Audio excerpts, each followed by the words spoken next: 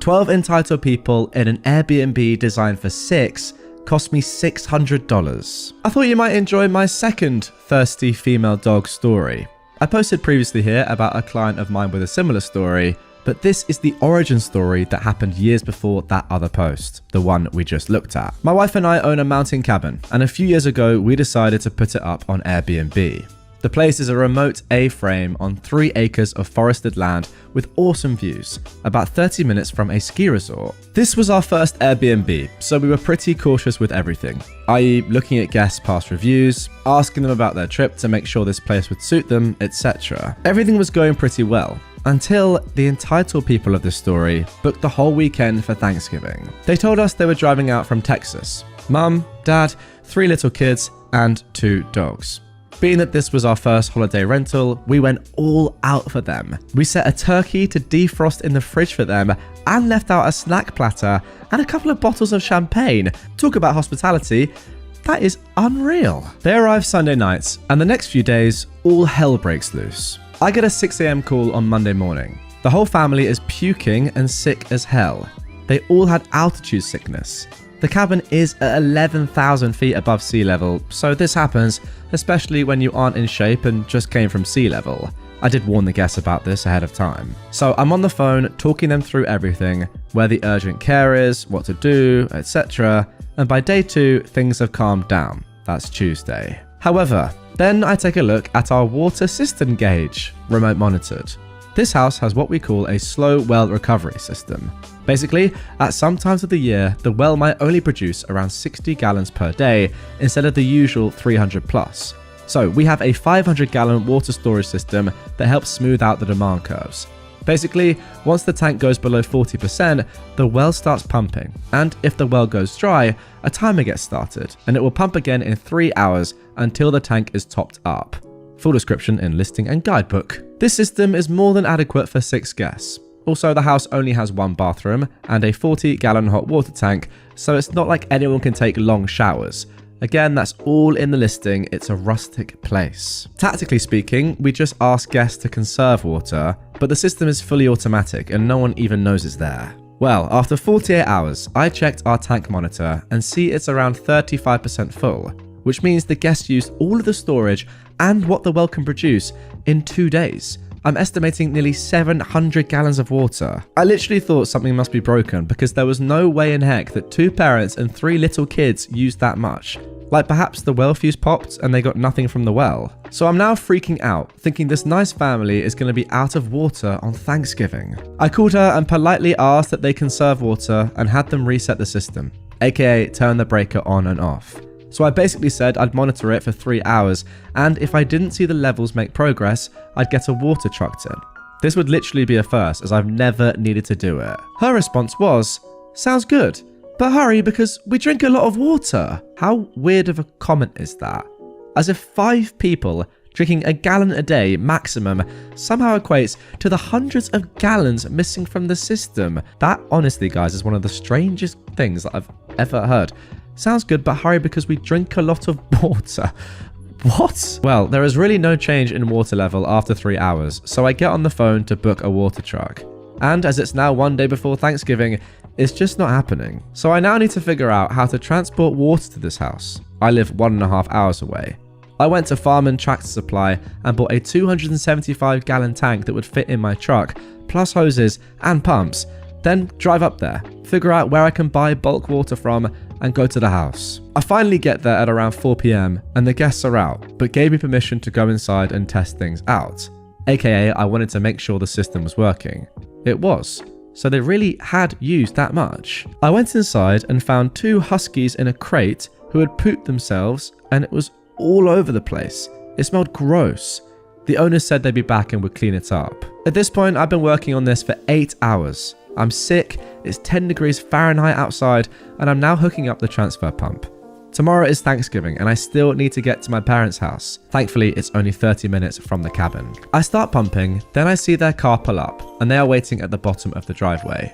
Knowing they have small kids, I go down and say hi, and let them know they can go on in, and I'll be done in about 40 minutes. They started to act really odd at this point, but go ahead in. Then I saw 2 more cars on the side of the road around the switchback. big steep S-bend in front of the house, and it clicks. The reason I just did all of this work and spent nearly $600 on supplies is because these people had 12 people staying there. If you're all curious as to how I didn't notice when I went inside, I didn't snoop around, I just went straight to the breaker box and then went to the crawl space where the tanks are. Also, the smell from the dogs was just horrid, so I got out as fast as possible. At this point, I went up to the front door, knocked, and said, "Be honest with me, how many people do you have staying here?" 9? I could see she was lying, but even that number was over our legal capacity base on our permit. You realise that this listing is for 6 people? Well, there are beds for more people, and the kids have a crib, and we didn't know our family wanted to come when we booked it. The loft does have a pull-out couch, so best case there is sleeping for 8 adults, but I'm guessing people were sleeping on the couches as well. I just spent $600 plus a full day to solve a problem that was actually not a problem, I said. Well, the house should have water. No, the house system was designed and tested for 6 people. The stated number on the listing. I don't know how you think it's okay to have this many people here. Look, we could leave, but it would have to be tomorrow, and we expect a refund because we don't want to drive down these roads in the dark with our kids. It's maybe 6 p.m. at this point. There's no cell service at the cabin, so I went into town and got on the Wi-Fi at a local bar and called AirBNB. At this point, I'd been hosting for 3 months, and I had no idea how to handle this situation. But now I was more afraid that they'd damaged something in the house. So Airbnb cancelled their reservation and asked them to leave. I was able to recover around $200 for a deep cleaning on the house, and they didn't get a refund. On a funny note, at the beginning of this year, I started a hot tub service company, and water trucking is a service we offer, and I used some of that equipment to get started. Oh wow, that is interesting, and it kind of makes sense now. And there we go, that is the end of the second story. On that one, I've got to say, you know, it's one of those. It's kind of glamorized, I think, in my head. And I don't know if you guys have seen the adverts in whatever country that you live in, but here in the UK, the adverts for Airbnb are now targeted at people that are homeowners. And when they go away on holiday, for example, the advert is targeted at them saying, if you're away, why don't you also rent out your house for a little period of time, you know, just like a week or so, or even a weekend on Airbnb. So you're making money from your property when you're spending money on another property when you're on vacation or whatever. However, although it is kind of glamorized, seeing stuff like this, I just don't know how I could ever risk that. Sure, you can make good money from doing it, but ultimately, if there's a risk of people like this being in your home, then no amount of money would ever warrant that stress and potential disaster that we've just seen has happened in this one. So yeah, it sounds great and all. I just don't think I could ever do it. Guys, if you've ever put your property on Airbnb and rented it out, get in the comments down below. Have you ever had any terrible renters like these people, or has it been pretty seamless and easy and you've made decent money from it? I'm genuinely quite interested because it's something that I would have considered in the past, but hearing horror stories like this, I'm just not sure now if I ever could. 2 races to enjoy a tropical island and ends up paying the price. I was just reminiscing about the absurdity of this situation that happened almost 2 years ago, and I decided it's too good not to share. I'll be honest, it involves a lot of legal stuff that I'm not sure I'm talking about 100% correctly, but I can assure you this story is true, as is the end result. This might be a long one, so buckle up. For context, my mum is a traveling healthcare worker. Not a nurse nor a doctor, just to clarify, and we're from the US. Usually her contracts last from 8 weeks to 9 months, and she's worked all around the States. This results in an ungodly amount of airline miles that she likes to gift me, so I can visit her whenever she's on contract. I get a nice vacation, she gets to see me, I get to see her. Win, win, win. 2 years ago, after I graduated and was living at my mum and her long-term boyfriend's house in a COVID lockdown-induced depression and existential crisis, my mother scored her first overseas contract on a tropical island for 6 months, from June to the end of November. I'd gotten a trashy job in my hometown to start saving for whatever my next step was. 3 months in, my mum realised the downside to being on a very small island where international travel to and fro was a pain in the butt. She was lonely. This prompted a very bashful phone call in which she asked me if I wanted to take a break from working and come stay with her for a while. I jumped at the opportunity and we made arrangements to get my passport renewed and booked a ticket for me to stay with her for the last few months of her contract. All of this context comes to the main character, another US-based traveller, also not a nurse nor a doctor, who was my mother's co-worker. Let's call her Mary. Mary, to put it bluntly, was racist as heck, and she was not enjoying getting paid to work on an island with crystal blue water on white sand beaches. Why? Because she failed to realize that she wouldn't be treating elite white resort goers. No. Turns out, the people who tend to be treated at the local hospital were the native islanders. You know, the people of color. She was also a COVID denier, Trumper, and anti-vaxxer. Really just a blast to talk to. She was so livid about having to go to a grocery shop surrounded by POC, not what she called them, hints, it starts with N and ends with R. It didn't matter that she could go to the beach every day after work and was lodged in a multi-million-dollar vacation home on one of the highest points of the island with a gorgeous view. Nah, she was too busy recoiling at the sight of, gasp, melanin. So yeah, she hated being there and wanted nothing more than to leave. She latched onto my mother for company, and my mother reluctantly obliged her for a time due to aforementioned loneliness. The main conflict of this story comes when my mother's contract began to reach its end, while Mary's still had a month to go. Mary fought tooth and nail to renegotiate an early end of her contract, but was denied. So, what does she do? She just leaves. Packs all of her stuff and departs to the US anyway. No biggie, right? She just doesn't get her remaining paychecks. Wrong. Here comes the beauty of contracts. See, the contract she agreed to comped her lodging on the condition that she fulfill her employment duties. Since she very clearly had no intention to, the contract was therefore voided and the compensation for her lodging was promptly retracted. She was now on the hook to pay back this country's health ministry for the several months of rent they'd paid to house her in that gorgeous vacation home with a beautiful view. I'm not sure how much it would have been, but I'm guessing $1 million at the very least. Mary was now not only a terrible employee in this country, but a literal fugitive. But she figured they could only arrest and charge her if she ever stepped foot back on their soil, so she wasn't concerned. Now, she was mostly right, but that wasn't the only thing this country's government could do. They proceeded to ring up the good old US government, notify them of the charges, and let them take it from there. They couldn't have her extradited, but they could ask the US to flag her passport until she paid them or faced charges, so the US government said, sure buddy, we'll do it. And they did. Mary can't leave the US anymore. She can't even go to Canada. She tried to join her friends on vacation in Mexico, but she wouldn't be allowed to cross the border. So if you ever think you screwed up a job really badly, just remember that you at least aren't an actual international criminal who can no longer leave the country. I'm not sure why her racist butt even wanted to go to Mexico. I heard there are a lot of Mexican people there. Yeah, I heard that too. Funny really. Don't really know why a racist person would ever want to go there, but yeah, good luck to Mary, is what I'll say. How good is karma, by the way, guys? I mean, seriously. And also, it kind of just makes sense. If this woman doesn't want to go to another country because she doesn't want to see or interact with their people or people of different color skins, then great, now she legally can't. Surely it's a win-win for everyone, right? Mary should be ecstatic with the news. She should be absolutely loving life, sitting in her little American house, never being allowed to leave the country.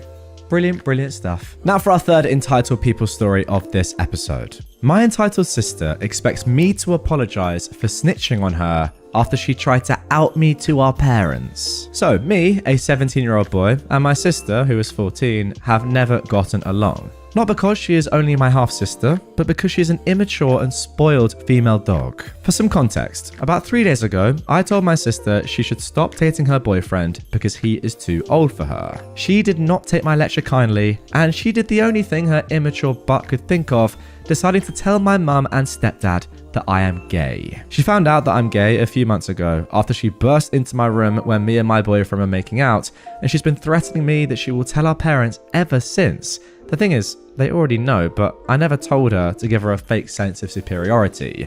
And ever since, she's thought she had me at her finger. Well, it seems like my sister finally decided to reveal my secret. So what she thought was about to be a session of my parents yelling at me or something turned into an intervention on her insensitive behavior, as our parents put it. She just complained about how I was the bad guy because I was blackmailing her. But I wasn't about to let her get away with trying to ruin my relationship with my parents. So I did the only reasonable thing I could.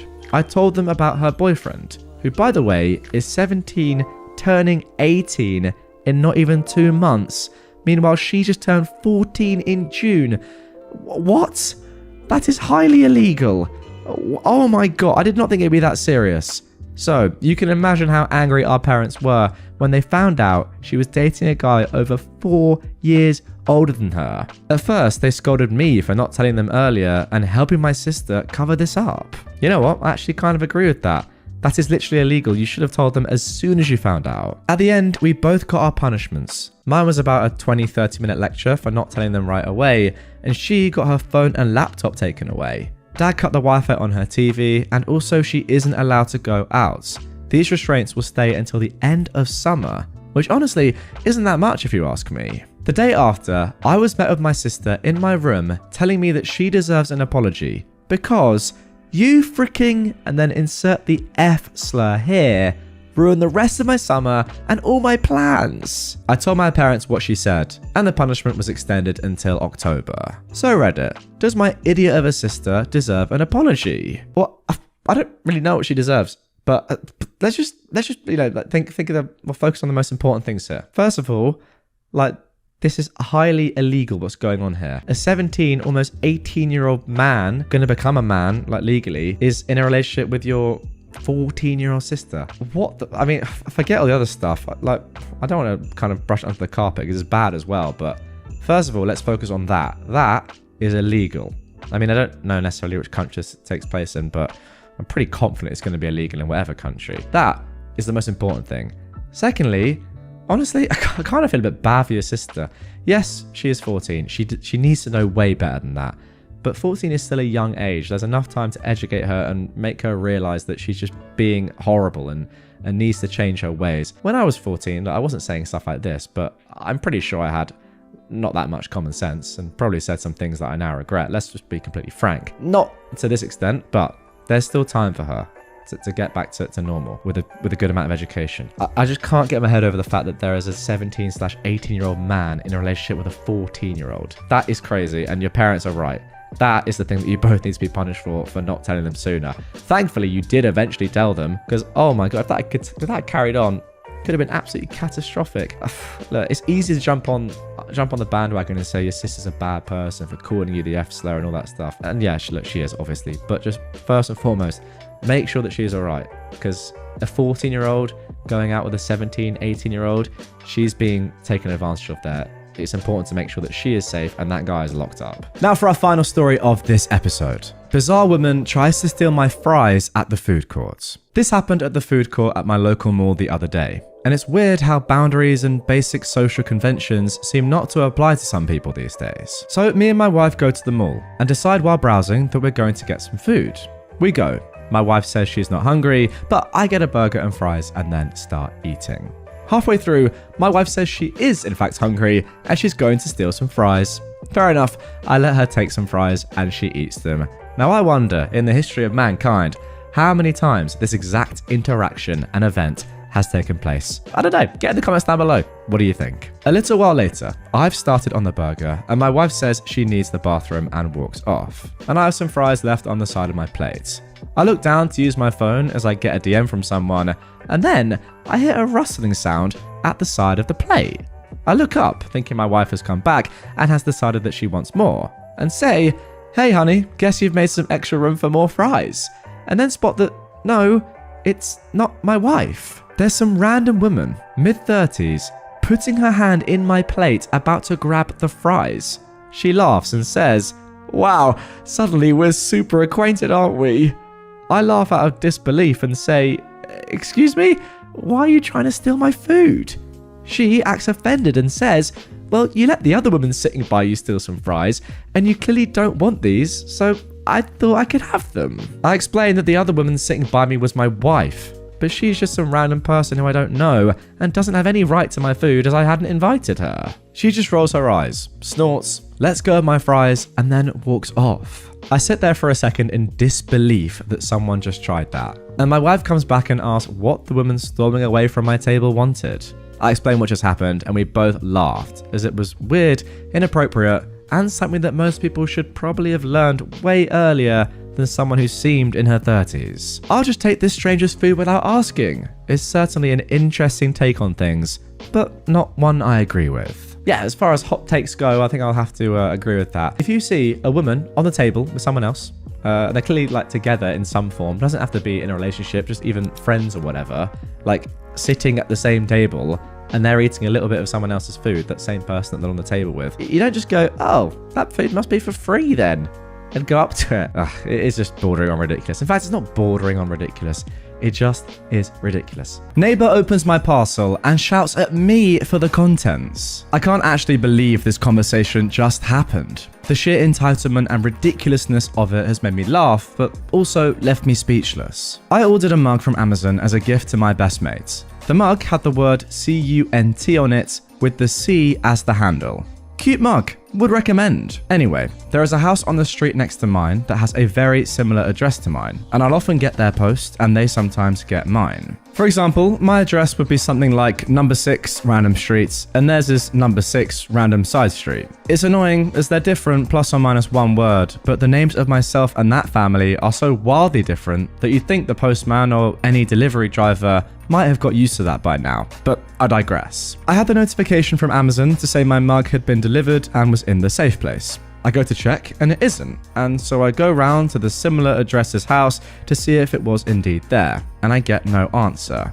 I decide that I'll try again later and/or they'll bring it over before I contact Amazon. Now a few days pass and they don't bring my parcel around, so I get Amazon to replace it. But then half an hour ago there was a knock on my door. I open the door to the father of the family at the similar address, holding my Amazon parcel that's been opened, and he quite literally throws it at me. Before I can form words, he says, "My 11-year-old child opened that. Don't you ever order something so disgusting again. How dare you?" And he started to storm off. I register what the heck he just said, and I shout after him, "Wait, what the? No one should be opening my post anyway. That's a criminal offense. How dare you have the cheek to come to my house and berate me for opening my post?" He just waved his hand at me dismissively and carried on walking. I just stood there for a good minute trying to figure out if that actually happened. Well, it did, and now I have 2 CUNT mugs. I'm so tempted to leave one on his doorstep with a note saying, "You can keep it, mate. It's definitely been made for you." Wow, what a way to end things once and for all. I mean, hearing that after just being so angry and then your neighbor saying that to you, that has got to hurt. So good. I feel like at this point, you have any excuse to order your neighbor just whatever you want. It could be something, pretty adult, naughty, just downright disgusting. I feel like if they're opening your post, then, let them open your post, right? And see what other surprises you have for them. It's so weird though. Them getting angry at you for opening your post. Mental. My cousin's wife tried to put their young son on a plane flight with me. Oh boy, here we go. I've lurked on this subreddit for years, but stopped due to the pandemic for mental health reasons. But I've wanted to tell this story for a while now. Let's start from the beginning. It was my very first semester as a college freshman. I officially moved into my college dorm to start this new chapter of my life. I'm an international student, so it was a tough experience once reality settled. Thankfully, I had my cousin, whom I haven't seen in years, and his wife, who lived in Dallas, who helped me with getting a US number, bedding, and school supplies. Fast forward to Thanksgiving break. I accepted my cousin's offer to go to Dallas for the break, since it was better than staying in the dorms. I met his 2 kids, a son and a daughter. We catch up with each other, seeing how our lives have gone up to that point. The break ended and I went back to college to study for finals. Then it happened. My cousin's wife asked for a favor via text. The favor? Take their 8-year-old son home back to the Caribbean with me because his godmother wanted to see him. I told her that I wasn't able to do that because I didn't know when my exams would be finished. I actually did know when, I just told her that so she would leave me alone or do something herself. I'd already made up my mind with my mum's support that I wasn't doing that. Fast forward to a few weeks later. I was chilling in the airport, minding my own business, when my cousin called me. He asked if I was doing something for his wife. I said no and explained myself in the situation. He thanked me and I thought that would be the end of it. But no, I saw her with their son holding a suitcase and a carry-on when I was walking to my gate. My cousin was nowhere to be seen. I asked her what she was doing. She gave me some sob story of how his godmother wanted to see him and told me that he'll be good as he was hugging my leg. I was shocked. I felt my heart race. The groups were being called and I had to make a decision. Note, I'd just turned 18 at the time and I barely knew this child. I like to have everything in order and pre-planned to avoid confusion, and this would complicate everything. Furthermore, immigration would be on my case. Finally, I don't know who his godmother is or what she looks like. I told her no, stating that if she wanted to do this, they could have planned a family trip together and not dumped their kid on me. She said that she already bought the ticket and I might as well take him. I told her no again and then got on my flights. My family was proud of me for standing my ground, as they didn't like her either. Turns out that sometime after or during the pandemic, my cousin and his wife got divorced. Understandable. His now ex-wife went behind his back trying to get his son on an international flight when they could have planned a family trip together. Yeah, crazy. I'm not gonna lie, halfway through this one I was thinking, you know what, it's pretty poor from this woman, but your family, is there no way you can just sit with this kid for a bit of the flight and make sure he's okay and then go your own separate ways when you get to the country? But even that is a lot of effort, so that's probably not a good decision. But then, hearing all the rest of the context here, you don't even know what the woman who's supposed to be picking him up looks like. How would that ever work? So what, you're just going to give him to a random stranger that you've never met? Where's the logic there? I mean, clearly there isn't any, but my goodness me. And I think at the end you were saying that his mum and dad had already been divorced before this debacle. If that is the case, that does make sense.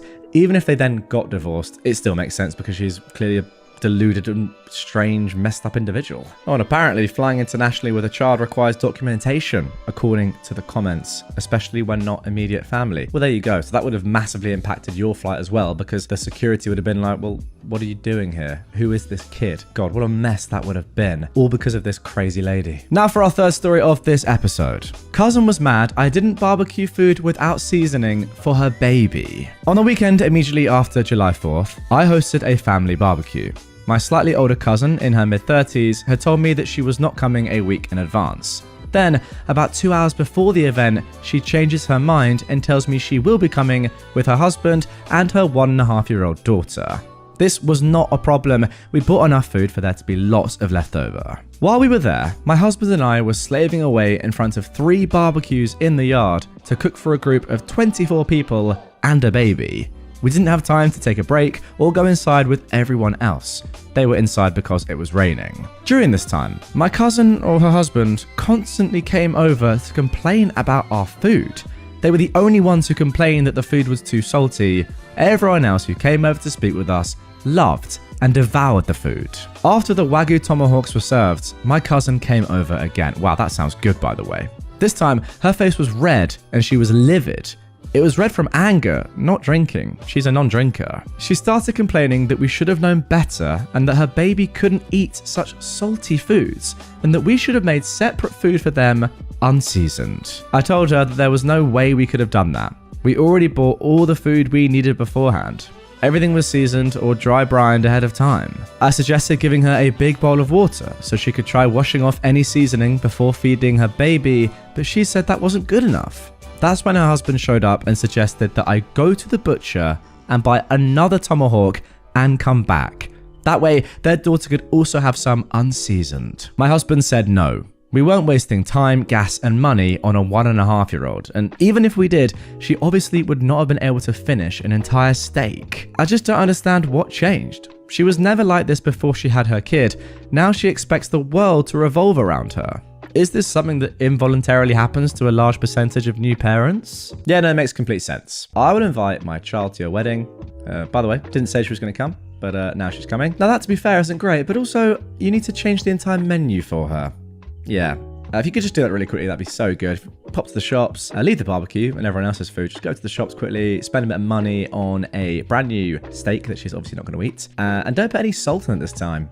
Just for her, because we gave you such a big warning of a couple of hours. You clowns. I would say, to answer your question up here at the end, yes, I think. I mean, look, parents in the comments, let me know. I do imagine that when you have new parents, they do think that the kid is their world, because for them it is.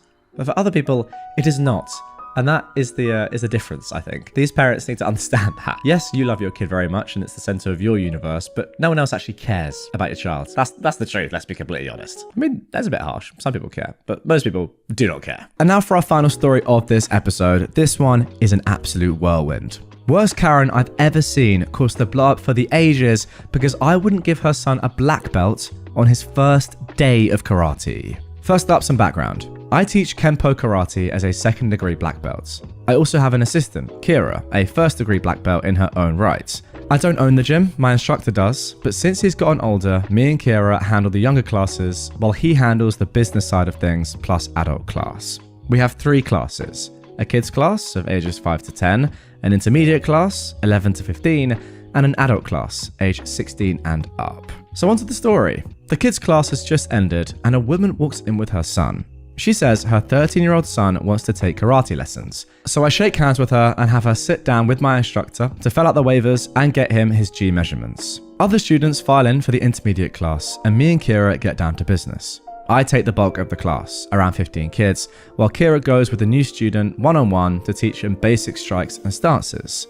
Not 5 minutes later, I hear Kira upset, telling the new boy to do 10 push-ups. Why? Well, he called Kira, who's essentially a volunteer, a frickin' female dog. Karen, the mother, stands up and says her son can't do push-ups, as she doesn't want her son to be sore. Kira lets him do the push-ups on his knees, but not 5 minutes later, she makes him do 20 more, since he's now called her a S-word. What? For reference, Kira is in her early 20s and the boy is 13. Not to mention there's other parents and kids here as well. It's wholly inappropriate. So I walk over and ask Kira to switch with me. As she does, she gives me the bug eyes and mouths, "What the frick?" So I walk over and ask the boy why he insulted my assistant Kira. He said he doesn't like girls. When I asked him what he meant, he said he only listens to his dad or other boys. He won't listen to me at all. He needs some discipline, the mother confirms to me, chuckling, as if raising a monster is something to laugh about. When do I get a black belt like you have? The boy asked me. Mind you, he's been punched in the air the entire time. This boy is aggressively hyper. Well, it takes a while. I've been training since I was 5 and I earned my black belt at 21. So it took me a while, I say. Nah, I don't want to wait that long. I want mine now, he says, his chubby face now red and sweaty from the shadowboxing. The mother motions me over and whispers this in my ear. Do you think you can just give him one? Just to make him happy? No, sorry, he has to earn one. We aren't a belt factory. Well, he never gets told no. I'm sorry, but that's not how we do things here. Look, I have money. I can pay you extra. No, sorry, we only give belts when they're earned. After several minutes of arguing and conversation that leads nowhere, Karen snaps at me. I paid, so you give my son a black belt. She stands up and points a finger in my face. It was so sudden that I reflexively took a step back. Hey, chill out, lady, some of the other parents chime in. Before I can reply to Karen, I hear a loud commotion behind me. I hear more parents and students shouting. I turn and see the new boy smacking and hitting a girl in the class. Kira is shouting, "Hey, stop!" However, this girl that the new boy is hitting is a purple belt and a little badass of her own. She loads a front kick and hits brat boy center mass right in his flappy stomach. He shouts and doubles over, crying tears of pain. I was so freaking proud of her. Hey, that little female dog hurt my son! Karen runs past me onto the mat and gets in the face of the 14-year-old girl that her son just attacked. The girl is already scared and starts to cry, but Karen ups the ante and shoves this girl in the chest with her hand. Kira gets between them and is red-faced enraged. I immediately rush over and try to defuse the situation, but neither of them are having it. Parents stand up and start shouting, "Keep your hands off my daughter!" The girl's father, who was with the other parents, yells at Karen. He starts approaching aggressively, but backs off when he realizes that me and Kira, both black belts, are by her. Now, you should know something about Kira. She's under 5 foot and less than 110 pounds soaking wet, but she can still kick my butt up and down the mat on any given day.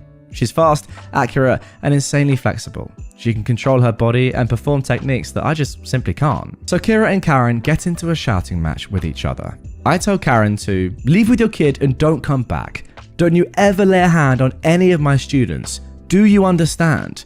I raised my voice and was genuinely fuming. F you! My son needs a black belt and you won't give him one! She screams back at me. Your son is crazy. He attacked our students, Kira interjects. But this set Karen off as she reaches and tries to slap Kira in the face. Ha ha ha. That's a big mistake. Having had enough, Kira parries the smack and fires an absolutely vicious leg kick right into the meat of Karen's inner thigh with nothing held back. The slap sound of Kira's shin bone decimating Karen's thigh echoed off the ceiling like a slab of meat getting thrown on the floor. It was glorious. Karen gasped as she fell onto the mat in a heap. Oh my god. She held her leg as Brat Boy got up and rushed at Kira. I got in front of her and grabbed the boy's wildly swinging arms. Yeah, he hit me a few times, but I refused to hit children whatsoever. I let him tire himself out. One of the parents called the police. After interviewing everyone involved, they determined that Kira and myself acted in self-defense. Neither of us wanted to pursue assault charges against Karen, but the parents of the girl Karen shoved rightly felt differently about it. So Karen was hauled away in handcuffs. Karen said that she'd sue me and Kira in civil court, but since we have legal waivers, here's hoping that nothing comes of that. As for the boy, I honestly feel bad. His childhood has been robbed by terrible parenting, and I wish we could have had more time to straighten him out. I have particular dislike for his views of women, and I feel like I really could have helped turn him around. Maybe, maybe not. So yeah, that was my experience tonight. Hope you will enjoy reading it more than I did going through it. Well, I did enjoy reading that. That was unbelievable. Put yourself in this spot. What are you doing here? What are you doing? It's so dumb. If you're going to pick a fight with anybody, anywhere, I personally wouldn't choose karate instructors in a dojo.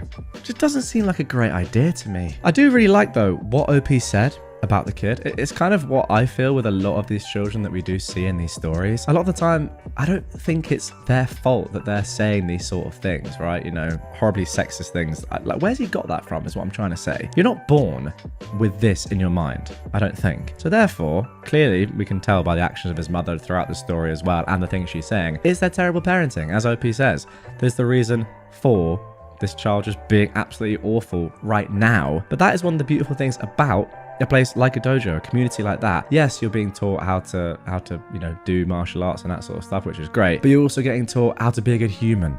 That is as important, well, probably more important, let's be completely fair, when you have a kid like this. Mental scenes, and yeah, kind of wish that Kira was allowed just to batter her. Would have been good, eh? You won't give me a key to your house? That's fine, I'll make one for myself. This is actually an entitled grandparent story, but this lady has been involved in my upbringing since I was a child. And this woman hates me. To give some background, my grandmother is a hardcore Catholic, former nun, and was extremely strict with my dad and me. My dad got his 17-year-old girlfriend drunk and pregnant, which is obviously a huge no-no in the Catholic Church. My grandma basically pressured my mum to convert to Catholicism and marry my dad. Later, they had 2 more kids. But because I was born out of wedlock, I am the black sheep. And not just by my grandma, my entire dad's side will never be happy with me, and they hate me and my mum. For reference, I'm 24 and my sisters are 22 and 20. The youngest just moved out with her partner, but neither have jobs, and the middle one and her fiance are extremely financially irresponsible and live with my parents and just expect to have everything handed over to them. I'm out of the house with a professional job, married, and have a child, and have been doing really well for myself. Yet I'm the disappointment. My grandma was extremely strict and abusive, specifically to me. She's yelled at me multiple times, calling me the child of the devil, a demon, etc. She's thrown stuff at my face for no reason, and I wasn't allowed to have any privacy at her house. I always had to have the bedroom door open. She would sit at the foot of my bed until I fell asleep. I had to spend every weekend and break from school with her until I started working at 15. And she would scream at me if I locked the bathroom door. You get the idea. She'd also threaten to call the cops if we didn't comply with her. And there were multiple instances where she would call the cops if we didn't answer our phones. Like, she's called at 7 AM and 10 PM on separate occasions, and I've woken up to cops knocking at my door. And yes, this has happened when I'm at home and also out of town, where I didn't even tell her where I was staying. She is psycho. So on with the story. I actually just found out the other day that she did this, so that's why I'm sharing this now. Anyway, when I was 20, I decided to move out with a couple of friends. My grandma demanded that I give her a key to the duplex. I refused for multiple reasons. In the first place, I don't need my grandma being able to come over whenever she wants, especially since one of my roommates was my boyfriend. In the second place, we threw a lot of get-togethers, and I don't need her lecturing my friends that Dungeons and Dragons and anime and all that are tools of the devil, and we need to all go to church with her. And in the third place, we'd all agreed to not give out copies of our keys to any family members, and I'm not about to have my friend's privacy invaded as well because my grandma just can't handle not having control of every little part of my life. I mean, she still called multiple times every day and found excuses to try to come over as much as possible. And every time for the first couple of months, she kept demanding I give her a key to our place, and I kept refusing. Well, at one point, my youngest sister was spending the night and my grandma dropped her off. We were going to go and do some shopping, but I couldn't find my keys. I'm looking everywhere and I can't find them anywhere. So my grandma offered to pick up what I needed to make dinner. I reluctantly agreed and went back to looking for my keys. They somehow were right on the bar. Now, I didn't think much of it at the time because I do stuff like that all the time, but my sister told me the full story. Apparently, the next day when my grandma picked her up, she bragged to her how she stole my keys when I wasn't looking and made herself a copy of the key so she can go inside whenever she wanted. Now, she's never barged in while I'm home, so I'm guessing she was coming in when no one was home and going through everything. And it's justified, you know, because she's just making sure we were making good Catholic choices. It also wouldn't be the first time she's gone through my stuff when I'm not home, because she would do the same thing to me at my parents' house and then berate me if she found things she didn't like. Apparently, she's been trying to steal my keys for this house too, but she hasn't been able to figure out where I keep them. I keep my keys in our bedroom in the far back of the house and will not have my keys around her now for this exact reason. Well, you better hope that your grandma doesn't go on Reddit and r/entitled parents in general. If she reads this post, you've just disclosed where you keep your keys. Terrible. But in all seriousness, this woman is just absolutely mental. I wish there was a subreddit that was called like r/mental grandparents or something. That is where this woman should go. Absolutely insane. Just leave your granddaughter alone. I mean, apart from the fact that this is absolutely insane, as I just said, it is also absolutely illegal. If she does this in the future and you catch her, I mean, look, you could even set up a hidden camera or just a camera in general to catch her doing this. Maybe get one of those doorbells. Go to the police. It is illegal. Like, it's trespassing.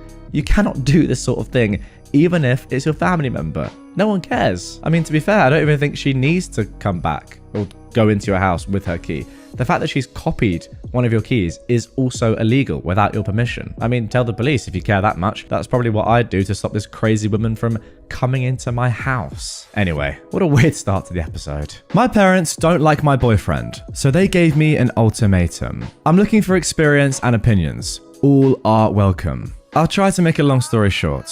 I am an only child, and my current boyfriend and I have been dating for 6 years, starting when I was 19 and he was 20. We met at junior college where we started dating, and after that we went to different UCs, but within an hour of each other. My parents met him early on by joining us at dinner. Everything seemed to go well. Then, soon after, we went to his parents' house, who live about 2 hours away from my parents, so I could meet his family. And after learning this, my mum told me how hurt she was that we didn't come to see them too. I expressed that this weekend was for me to meet his family, but it was clear that she felt almost betrayed. Fast forward, my parents invite me up to our cabin and my boyfriend joins. We take my car because it was already loaded with laundry, etc.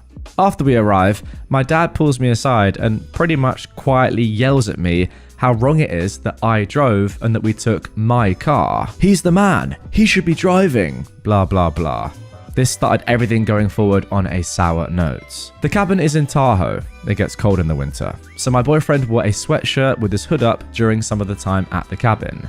My parents, to this day, cite this as weird and rude, as well as a reason they don't like him for wearing a hoodie. Wow. As we continue our relationship, it's clear that my parents don't like him, but they can't really give up what I would call good or justifiable reasons. They'll say he's just not a good fit for the family. They don't tell me to stop dating him, because they can't, I'm an adult, but they do tell me that I need to keep them and him separate. They don't want to really hear about him, and he's not welcome at their house or cabin. By the way, he's never cheated on me, abused me, has no drug problems, nothing that a normal parent would cite as a problem. Eventually, it became an ultimatum given to me by my parents. They tell me that if you continue to date him, eventually it will be either him or us, and you'll have to choose. Among other things, they would tell me that he'd never be an attorney, which is what he wanted to do. and insinuating that he probably wouldn't be much of anything at all. After undergrad, I started working at a financial firm. He graduated from undergrad at UC Berkeley and was accepted to law school across the country. We were always very serious about each other and made the decision to do long distance until he graduated and moved back to California. My boyfriend has since graduated from law school, moved home, and took the bar last month. He starts work this October and had a contract since last year. My parents have known about this as well. Now, 6 years into our relationship, I call my parents and tell them that we're going to be moving in together. About 20 minutes later, I get a text from my mum saying that she doesn't want to rain on my parade, but that this path excludes her and my dad from my future. That they love me, but they can't be in my life if I choose to be with my boyfriend. I told them I would never understand. Since then, they've sent me more and more text messages saying stuff like, "We feel like we're losing our daughter. This is heartbreaking," etc. And all at the same time, including that this is my choice and my fault. I texted my parents that I thought my boyfriend and I should come over and talk. That texting about this kind of thing is stupid, but not to be patronized or belittled. And if it turned to screaming, that we would leave. My parents then replied that they wanted to see me face to face to talk, but that my boyfriend isn't allowed. My boyfriend even called my father the night of the initial "we can't be part of your life" text to try and talk or meet up and see if there was a way to talk through any legitimate concerns. My dad did not answer and responded a week plus later, only to text him that they haven't really ever liked him, that he wants to work through it with me alone, and it's mine and my boyfriend's fault for not trying to address things earlier. Yeah, I'm trying to figure out who exactly are the parents and who are the children here. This is nuts. Among other ridiculous reasons, in inverted commas, to not like my boyfriend were, Berkeley isn't a man's college, my dad said. One time in college, my professor lost my final exam. And when I found out via my final grades and was frantically calling her to figure out what happened, my parents told my boyfriend, "See, this is why we didn't want her to have a boyfriend in college." They found ways to blame him for everything. The only thing that ever had any merit was that he wasn't working yet. Well, this was because he was going to school to be a lawyer. Apparently, marrying someone who will make a lot of money is a bad thing? My boyfriend is the nicest, most calm and peaceful person ever, and he loves me more than anything.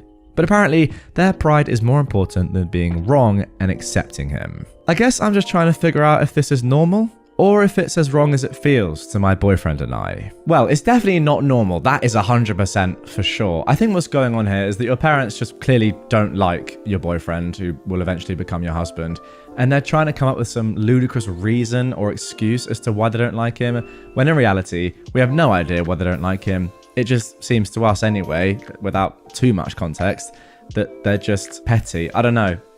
Who knows? If you have any idea why OP's parents just don't like her boyfriend, get in the comments down below. I might have missed something, but OP has actually said in an edit as well that the boyfriend and the parents are the same ethnicity, they're the same race, somewhat similar financial status, so it's nothing as obvious as that. It's just that they don't like him. I don't know why, but they don't. I mean, it's very embarrassing. They're being completely unreasonable.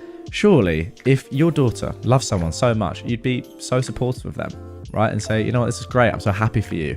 And to be fair, your boyfriend sounds like a good person anyway, you know? Good job. You've said that he's very caring and loves you so much. Why don't they just like that? I don't understand it, but hey, this is Entitled Parents. The one thing I would say, and make sure you do this, is that if they're going to be like, yeah, okay, it's either us or him, obviously make sure you choose him. I know they're your parents, but like that should be an obvious decision, right? Now for our final Entitled Parents story of this episode. My sister attacked my wife and my mum is holding our financial documents hostage because of it. Hi Reddit. This post is half to vent, but also half to check myself and make sure that I'm not going crazy. My wife and I are recently married, but have been together since December 2019. Ever since then, we've had nothing but problems with my family, particularly my mum and my one sister, as well as occasionally my brother, sister-in-law, and dad. My wife and I have talked multiple times in the past few years about whether we feel like it's gotten to the point of us needing to go no contact, but we haven't quite pulled the trigger yet. This past weekend, however, and the aftermath are having us seriously consider it. I guess I just need some advice. The background / lead up. My wife and I were asked to help with a home project, painting, for my brother and sister-in-law's new house. The only supplies that were brought for said projects was one single paint sprayer and one single roll of painting tape, even though we had 7 to 9 people at various points who were there to help. More tape was later purchased. My wife, mum, sister-in-law and I started taping up the parts that needed to be covered, and my brother started painting behind us. There wasn't a whole lot to tape, so once we were finished, there wasn't anything to do other than sit around and wait. Eventually, my sister starts painting, and my wife and I decide at around 7 PM that it would probably be smart to try to order food for everyone. My wife is with one group on one side talking about food orders, and I am on the other side with my mum and sister. My wife heard them yelling and was concerned, especially due to previous history, that something was happening, so she came over and asked what was going on. Here is a play-by-play of the conversation. My sister hands me the paint sprayer. Your turn. Oh, okay, I thought I was supposed to go and get food. Too bad. My mum then said, I did ask you to help paint. Well, I did help tape. Well, I didn't ask you to help tape. I asked you to help paint, didn't I? I suppose. Then my wife gets involved. What are you guys yelling about? Oh, we were just giving him some trash. Oh, okay. It just sounded like yelling. Then my sister starts screaming. He can talk to his family without you. It's none of your freaking business. Huh? Said my wife. You have no right to be a freaking C word to my mum. It's none of your business. And he can talk to his family without you around. I was just asking a question about my husband. Is there a problem with that? You don't get to talk to my mum like that, you female dog. Again, I was asking a simple question about my husband. My sister takes a couple of steps towards my wife. My wife walks towards my sister. My sister is literally centimeters from her face. My wife then places her hand on my sister's chest and tells her to back off, and then my sister started swinging. Basically, my sister started swinging at my wife, and my wife put her hands up to block her face and accidentally hit my sister in the face. After this, I pulled my sister back and my wife stepped back. My sister was yelling things like, she freaking hit me, call the freaking cops, etc. After my sister eventually seemed to calm down, I let her go and she lunged at my wife again, and this time got a hit in. I pulled her back again, and then my brother and sister-in-law walk up and start yelling at my wife. My sister-in-law says that my wife is making them look like trash to their new neighbors, and my brother tells us to get the F off his property. My mum started yelling at my wife, telling her that she was being a female dog, and that she had no right to come at her, my mum, like that, even though my wife hadn't even moved yet from the spot where she was standing. Fast forward. Over the past few days, we've gotten many text messages and phone calls. The gist of those is basically continuing to blame my wife and telling me that I am a terrible brother, son, and uncle. That's to my sister's kids, who were also present for this entire scenario. Additionally, we need some old tax forms for some financial paperwork we need to fill out. And while my wife's parents sent those to us as soon as they were able, my parents are holding them hostage and flat out refusing to give them to us.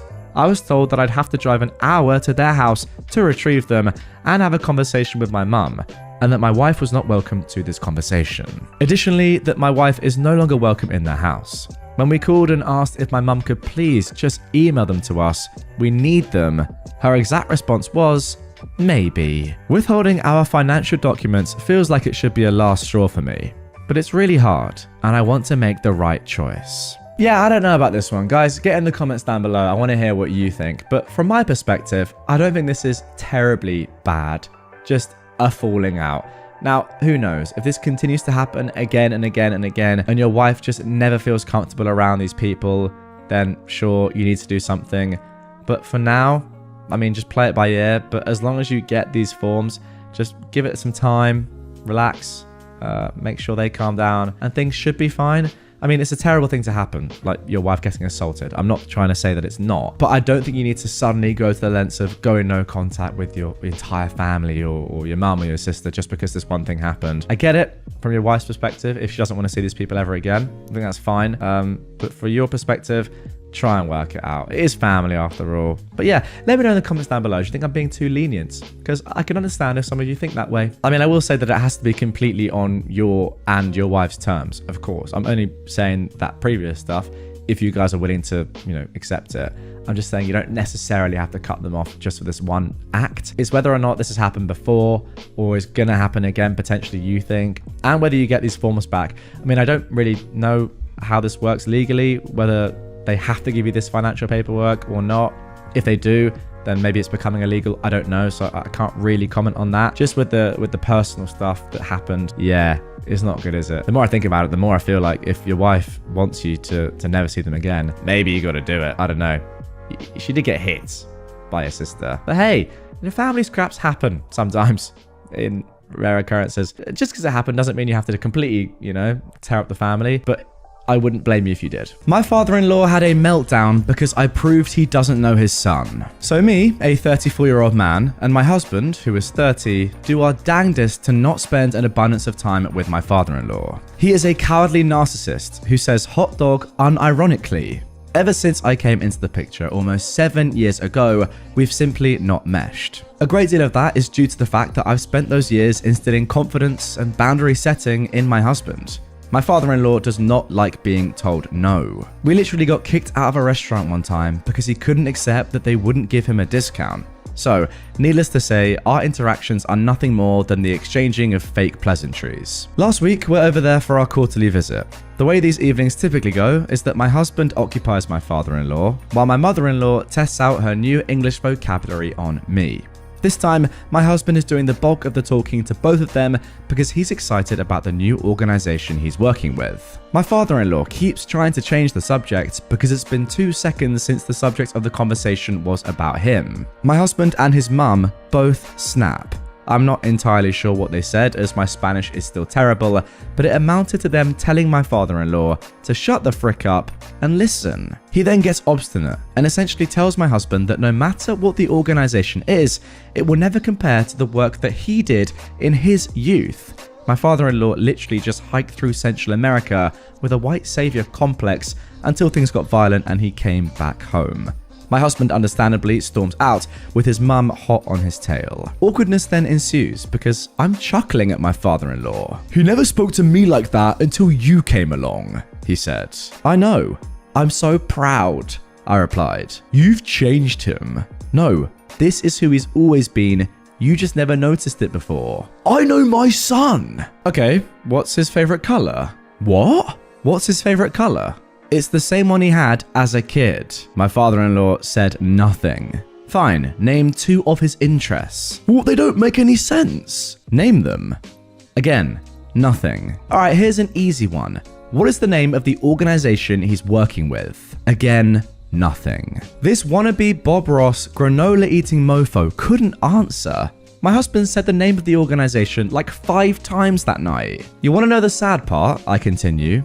My parents can answer each and every one of those questions, and they've known your son a fraction of the time you have. Cue the screeching in Spanish. Being yelled at in a foreign language by a non-native speaker is a surreal experience. Obviously, my husband comes in and yells back and it blows up even more, but the part that stands out is the fact that my father-in-law still refused to admit that he just hadn't taken a genuine interest in my husband in years.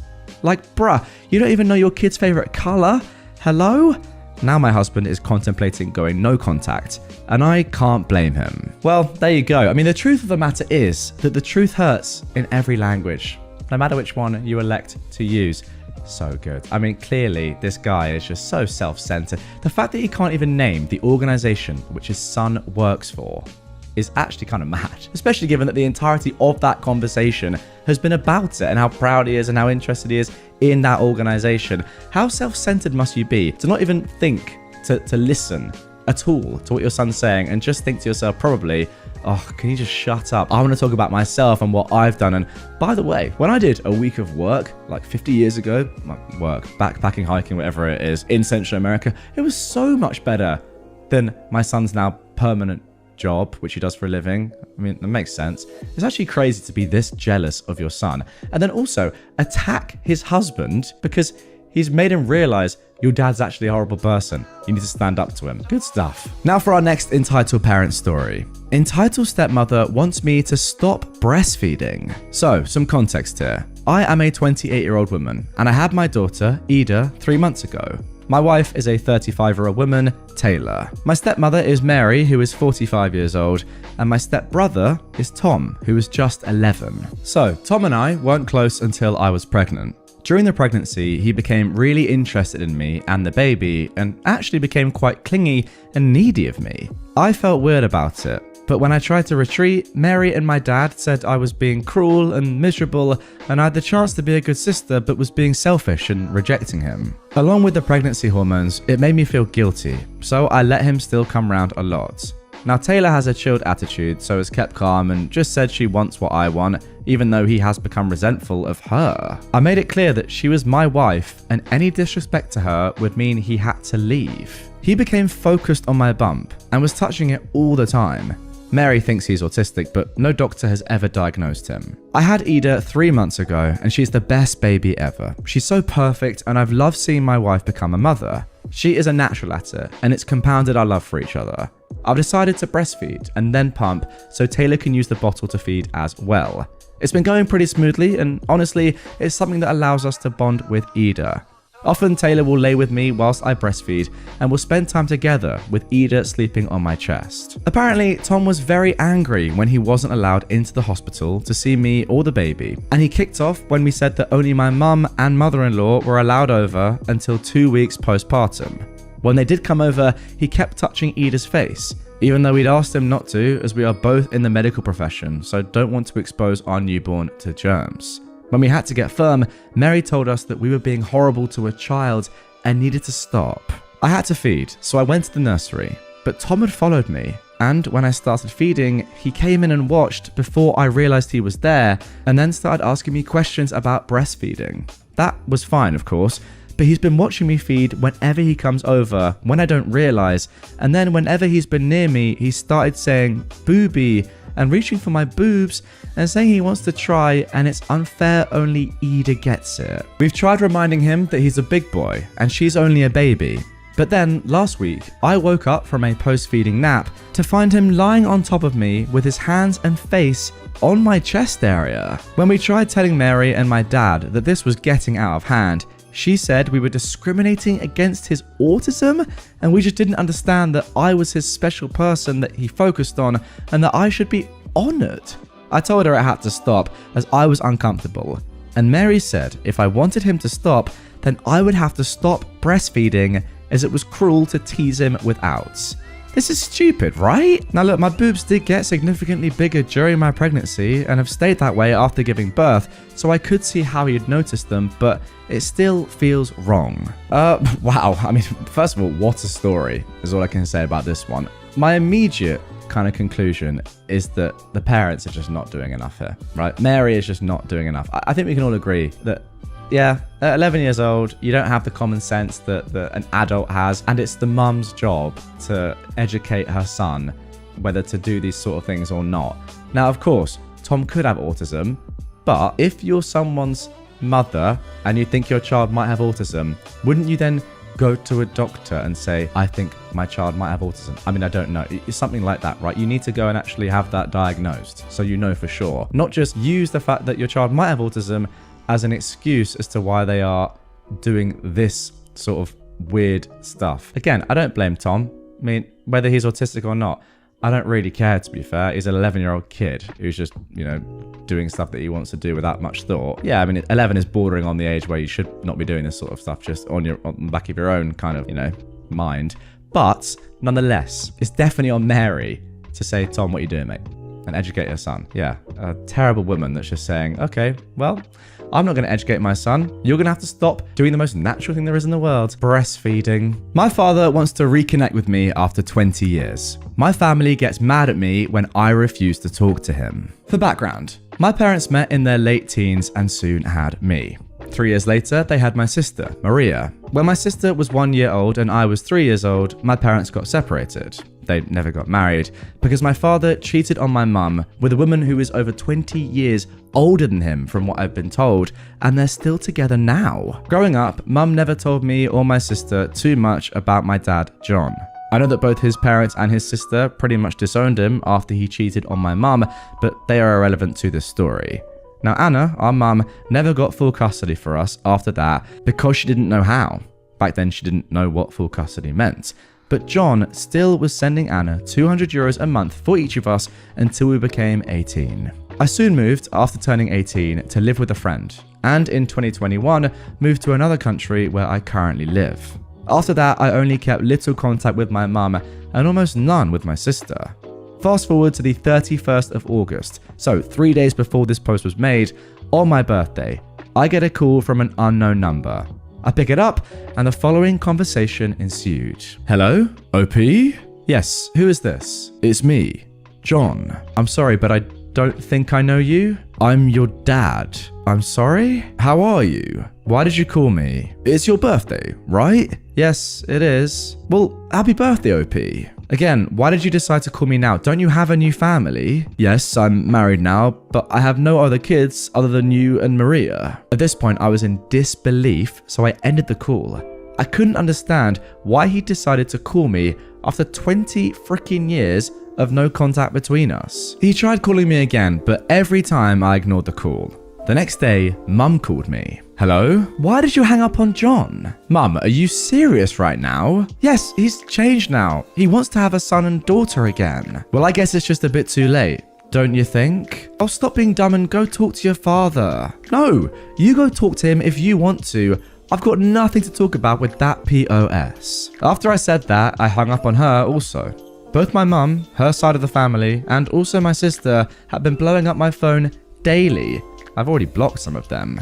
He hurt us badly, and everyone decided to forgive him out of nowhere for no apparent reason. I am not forgiving him. I'm thinking about cutting contact with the rest of my family if they keep defending him. A good father doesn't leave his children for 20 years and then out of nowhere decides that he is entitled to have a relationship with them. I'll keep you all updated on this. But for now, I'll be going no contact with them for a while. Honestly, guys, with this story, I don't really know who is worse. Your dad for ditching you for 20 years and then just trying to get back in the mixer. I mean, ditching you for 20 years is something. Then saying, oh yeah, by the way, hi, how you been for the past 2 decades? What a relationship? Obviously not, you clown. Or everyone else that's seemingly allowing this crazy behavior and just is forgetting the fact that he cheated on your mum and then left 20 years ago without saying a word and hasn't been in contact for those 20 years. Why is your mum now saying, oh, come on, he's your dad after all? Well, no, yeah, biologically, but not really. Because what's he actually done that's been father-like in your entire life? I mean, literally nothing. Why is everyone allowing this behavior? I don't understand it. Guys, let me know in the comments down below. Can you advocate for this at all? I don't see the logic behind it one bit. I'm confused. Oh, wow. A comment has actually said, maybe he needs a kidney donor. I mean, yeah, either that or money. Now that makes sense. I should have thought about that actually, and I reckon you lot have commented it down below. There it is. He's definitely after something. What exactly it is, we don't know, of course. But yeah, he's definitely after something from you, that's for sure. Stay away. I mean, you're clearly going to do that anyway, but stay away. And now for our final story of this episode. Making my senior parents homeless. I am a 30-year-old woman, and me and my father, who is 64, have historically had a rocky relationship. My parents divorced when I was 5, and he married the woman he cheated on my mother with. I was an only child, and she had 4 kids from a previous marriage. During my childhood years, I spent most of the allocated time dedicated to my father in the divorce with my paternal grandparents. Every 2 weeks and 42 days in the summer, they lived in a different state. I cherished the time I had with them, and they would always go to bat for me. There was some tension caused early in my dad's new marriage due to my stepmom demanding that my grandparents go back to the store one Christmas and get equal amounts of gifts for all her children, even taking some from me, gifting them to her youngest. I spent many times waiting on my mum's sofa for my dad to pick me up, and he never did. I'd later find out he was on family vacations with his new family. Look, I could spend all day telling Cinderella stories, but I need to keep focus on this story. My grandparents picked up his slack. We spent summers learning how to make baskets, gardening, camping, and various different activities. Their home was a second home to me. When I was 13, I went to go and live with my dad after some methodical brainwashing, and I then would rarely see my grandparents. My grandma would call and they'd ignore it. It would hurt my heart to see it on the caller ID, knowing they were just on the other line, but my dad and stepmom would not allow it unless I sat at a table with them while on the call. So fast forward to summer of my freshman year, we went to visit my dad's side of the family. On the last night, my aunt and uncle, who lived next door, asked if I could stay the night with my cousins. My stepmom wanted her youngest daughter to be included. They declined because my stepsister was actually a thief. A fight then ensued in the front yard that night, resulting in physical altercations. My stepmother shoved my 74-year-old pap to the ground. He had a hip replacement in the 90s and already had a stiff walk. I was utterly terrified and distraught. As the chaos ensued, I packed my belongings because they said we were leaving. I vowed then that this would be the last straw and I would never forgive them. We missed their 50th wedding anniversary because my stepmom was still upset over what his family did to her that night. The next spring, my pap had a stroke and it was never the same. The man that helped raise me during his son's shortcomings didn't remember my name. He died in 2014. Later, I left home when I was 18 to go to college, where I met my husband. He's been my rock and helped when my dad throws fits in the last few years when he doesn't get his way. He showed me nothing but unconditional love and support, and is the father to our child mine never could muster to be. I go no contact with my dad every couple of years because of his behavior. There's an old saying that time heals all wounds, but I don't believe that to always be true. I maintained a relationship with my mammy, my paternal grandmother, until her death in December. She was a cheeky one who left notes for us to find after death. The woman never forgot a thing when she felt slighted, and that also reflected in her will. So I inherit the house that's been deeded to me since 2001. My dad knew they'd give it to me, but I honestly think he thought he had a chance of fighting me for it. Since 2012, he and my stepmom have been living in an RV that is now starting to fall apart. He is retired military and has no savings. Right after the funeral, he stashed his belongings in closets. I discovered this after I changed the locks and added cameras, as I live out of state and wanted security for the home before I sell my house and move into my childhood home.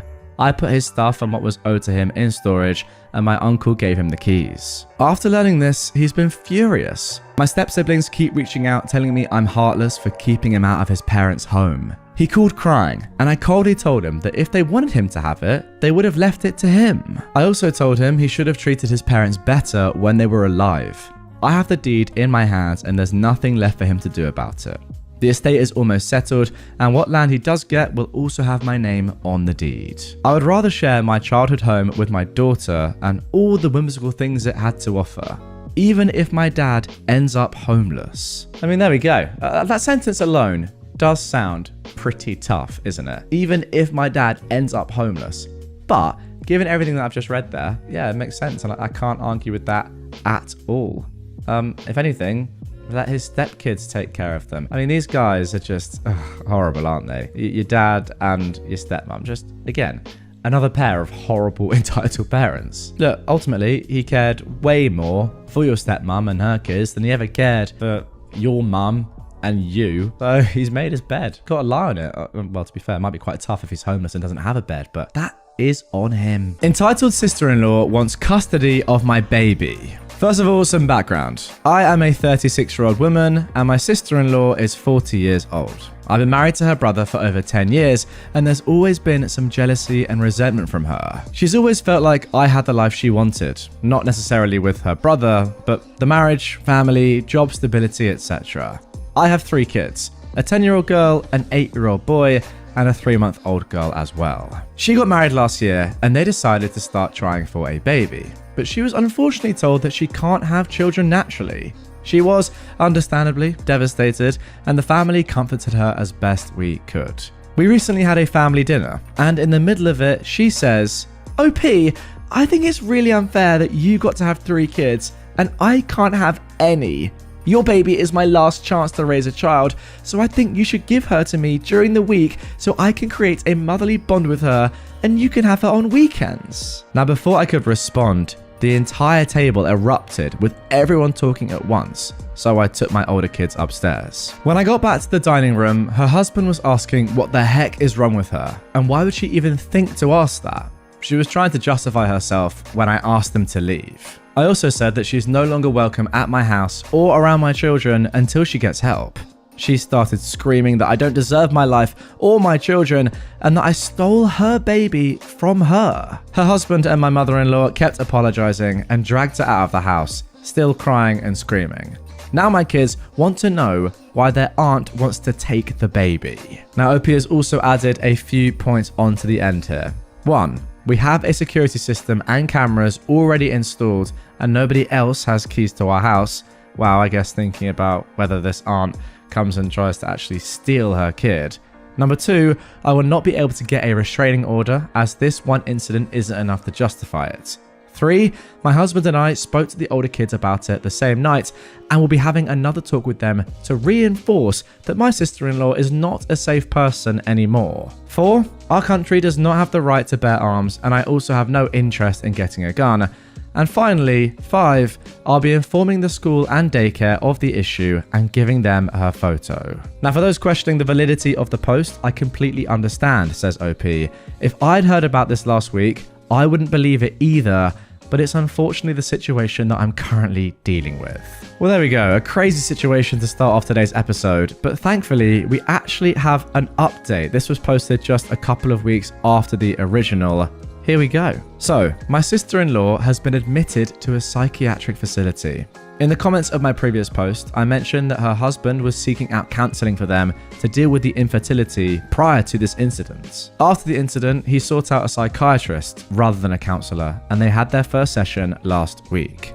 I didn't get the specifics of what happened, but basically she made some statements that the psychiatrist felt indicated that she was a danger to others, namely my baby and me, and she was placed under involuntary holds. My brother-in-law has been nothing but apologetic through this entire ordeal, and he kept her away from us since the incident. My mother-in-law has been staying with them to keep an eye on my sister-in-law. She tried to leave the house in the middle of the night to see her baby. Also, my brother-in-law found her researching how to induce lactation, and she said it was to make sure she can feed the baby properly when I come to my senses and give her up. From what my brother-in-law has said, seeing me breastfeed is apparently what triggered the entire episode. It was the first time my sister-in-law was around the baby for any length of time, and she was holding her when she got fussy because she was hungry. Naturally, I took her to feed her, and this made her feel inadequate because it triggered the thought that she would never be able to do that, which led to the events of the last post. I'm grateful for all the advice that was offered on my last post, as some of it was really helpful. We won't be moving as it's not feasible for us at the moment, but we have taken extra steps with security both at home and at the kids' school and daycare. This whole thing is taking a toll on the family, but my mother-in-law, father-in-law and brother-in-law are taking care of my sister-in-law, and my husband and I are focused on ensuring the safety of our immediate family and minimizing the effect on the kids as much as we can. Well, there we go. No time to warm up in this one, guys. Straight into the thick of it with someone that is just completely mental. Let's be honest. I don't honestly know if this counts as entitled because clearly this woman is dealing with a whole host of issues here. And to be honest, some of it does make sense. I mean, if you are someone that really wanted to have kids and start a family and you learn that you can't do that naturally anyway, that's going to be devastating. So in part, I kind of understand why she's gone down this sort of road and she does clearly need psychiatric help. However, it's still crazy. Like, it doesn't take away from the fact that what she's asking is ridiculous. It's mental. I hope she gets the help that she so very clearly needs and comes to her senses and realizes that, yeah, although she's in a terrible situation, you can't just randomly have custody of someone else's kid. But yeah, I don't think it's that entitled, to be honest. I just think she needs some help. All right, now for our second entitled people story. Couple took our Insta-worthy hot chocolate by mistake. I am a 42-year-old woman and I live in Copenhagen, but the rest of my family does not. So my sisters like to come visit for a few days every now and then to hang out and enjoy some sightseeing and good food. This happened in December 2019, so before 2020, which means lots of people everywhere and no restrictions of any kind. My little sister, who is now 38, was here for a Christmas visit in December, and we were enjoying the lights, the sights, and some lovely Christmassy delights. It was a cold day, and we decided that we would visit a smallish cafe that makes really tasty and very beautiful all things chocolate, and have some of their seasonal hot chocolate, which was kind of pricey, but well worth the price tag. It was a salt caramel and clementine hot chocolate, lavishly decorated by the way. You could get 2 to 3 kinds of pretty but regular hot chocolates too, but this one was their Instagram hot chocolate, if you know what I mean. My sister finds us a table, and I get in line to order 2 of these chocolate wonders. There's a bit of a queue, but it moves along fairly quickly. I get to the counter, order, and the chocolate goddess at the counter asks me my very feminine name to call when my order is up and informs me that it will be about 10 minutes. I go and sit down and wait with my sister at the other end of the cafe, but very much still within hearing distance. So just about 10 minutes later, the male half of a couple orders and goes to sit down with his girlfriend, 2 tables away from the counter, at the same time that my name is called. Now, I cannot see their table as it's behind me, but my sister told me later that the girlfriend pointed at our chocolates immediately and the man more or less sprinted up to get them when the woman, who made the hot heavenly drinks, had her back turned.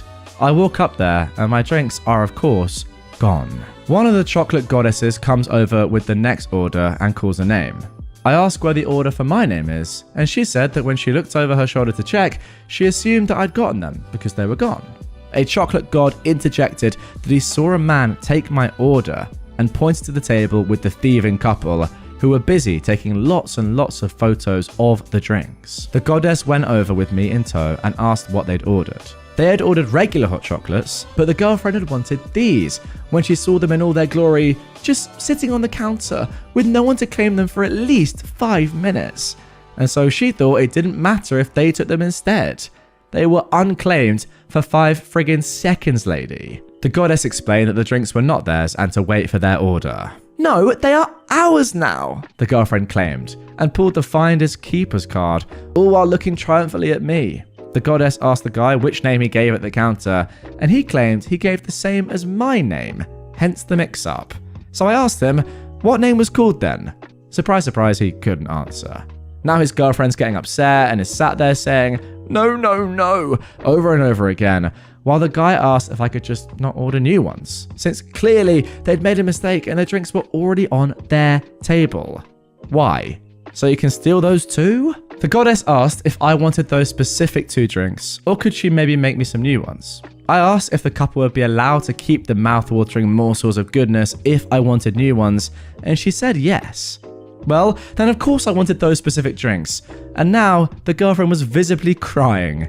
The goddess took the drinks away and gave them to me. As we were walking away, I inspected the drinks and told her she better pour these away and make new ones, because 1, they were now cold, and 2, there were tears in one of them, and though I enjoy salt caramel, this level of salt was a bit much. She grinned and took them away and made me new ones that were served at the table. My sister and I agreed that these were the best hot chocolates we've ever had. We enjoyed them loudly while the thieving couple stared daggers at us. And there we go. Unlike the woman in the first story, who I thought, to be honest, was a little bit more kind of mentally ill than entitled, although she still was entitled, don't get me wrong. These 2 are just entitled. Simple as that. You know what? I've been to Copenhagen, right? And look, it is an expensive town. It is an expensive city. But surely, if you're getting 1 hot chocolate, you can afford to pay a couple of whatever it's called. Is it krona? I don't know. I've got that wrong. Maybe. A couple of krona more for one that's slightly more Instagram worthy rather than stealing it. What is the point of that? It just doesn't make any sense to me. That right there is the definition of entitled, when it's not even really in your interest to do something. You're just doing it because you're entitled. Simple as that. Entitled friend F's around and finds out. I've known Colette for over a decade. She has kids from a previous relationship and is one of those obnoxious parents, the kind who honestly believes her toddlers are perfectly behaved angels who can be taken anywhere and never cause any upset. She is completely delusional and thinks her kids never cry or have emotions other than sunshine and maturity beyond their years. Correct me if I'm wrong, but kids who are like that tend to be that way due to fear of consequences. Painful consequences. Now, Colette isn't the greatest human, but she also doesn't abuse her kids. She is actually on the other end of the spectrum and spoils them rotten. Earlier this year, she married a single dad. This put a strain on our relationship because I wouldn't listen to her badmouth her stepson, who I'll call Caleb, age 7 years old. Caleb is on the spectrum and has some issues with impulse control and emotional regulation. He's in therapy for that, but Colette hates him regardless. I could endure listening to her delusions about how perfect she thinks her kids are, but shut her down for the nasty things she tried to say about Caleb. What remained of our friendship broke entirely a few months ago. That was when Caleb's mum said that she needed a break and that his dad needed to step up. Colette lost her mind. I'll let your imaginations fill in the blanks for all the ableist and hateful trash that she vomited. I told her she should have known this was a possibility. Isn't it obvious that if you date someone with minor children, you have to be prepared that they could be a full-time responsibility? Colette screamed that of course she knew, but that only applied if Caleb's mother died. It wasn't fair that she ruined Colette's fairy tale romance where her new husband stepped in as dad for her kids and Caleb was someone else's problem. I heard through the grapevine that Colette is getting divorced. Apparently, she told her husband that her kids are perfect, his isn't, and he has to choose. The better family they created, her 2 kids and him, or the out-of-control brat even his ex doesn't want anymore. He chose Caleb. Knowing Colette, she's probably angry at everyone but the person who actually caused the mess, herself. Oh, actually so good. I love that in this stupid woman's mind, she actually thought that this dad was going to choose her and her family over his own child. What a stupid ultimatum to give someone. Are you an idiot? Yes. I will say good on the husband and also good on Caleb for getting away from this entitled absolute you know what. But still, you got to question why this man's marrying her in the first place, ultimately. Maybe she wasn't like that at the start, but yeah, he's seemingly not seen from afar or from close that she's an absolute cow. I mean, Jesus, choose me and my family or your autistic son. You are odd. Entitled son at hospital. In a previous life, I was a nurse, and one story always sticks in my mind. I was on a discharge ward, juggling lots of patients trying to get home. Some by ambulance, but the majority had to rely on relatives to come and collect them. Most relatives were fine with this, but the occasional ones made it very clear that collecting their relative was an inconvenience. We had an elderly lady come down to the unit to wait one day. She was a sweetheart and we got on like a house on fire.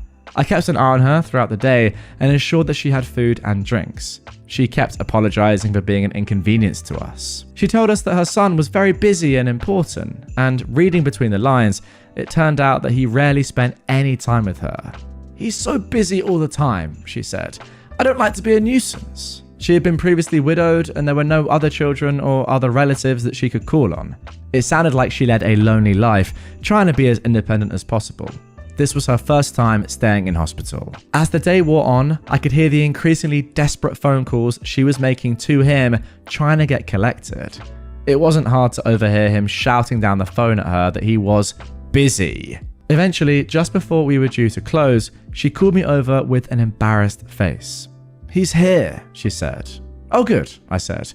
Is he on his way in?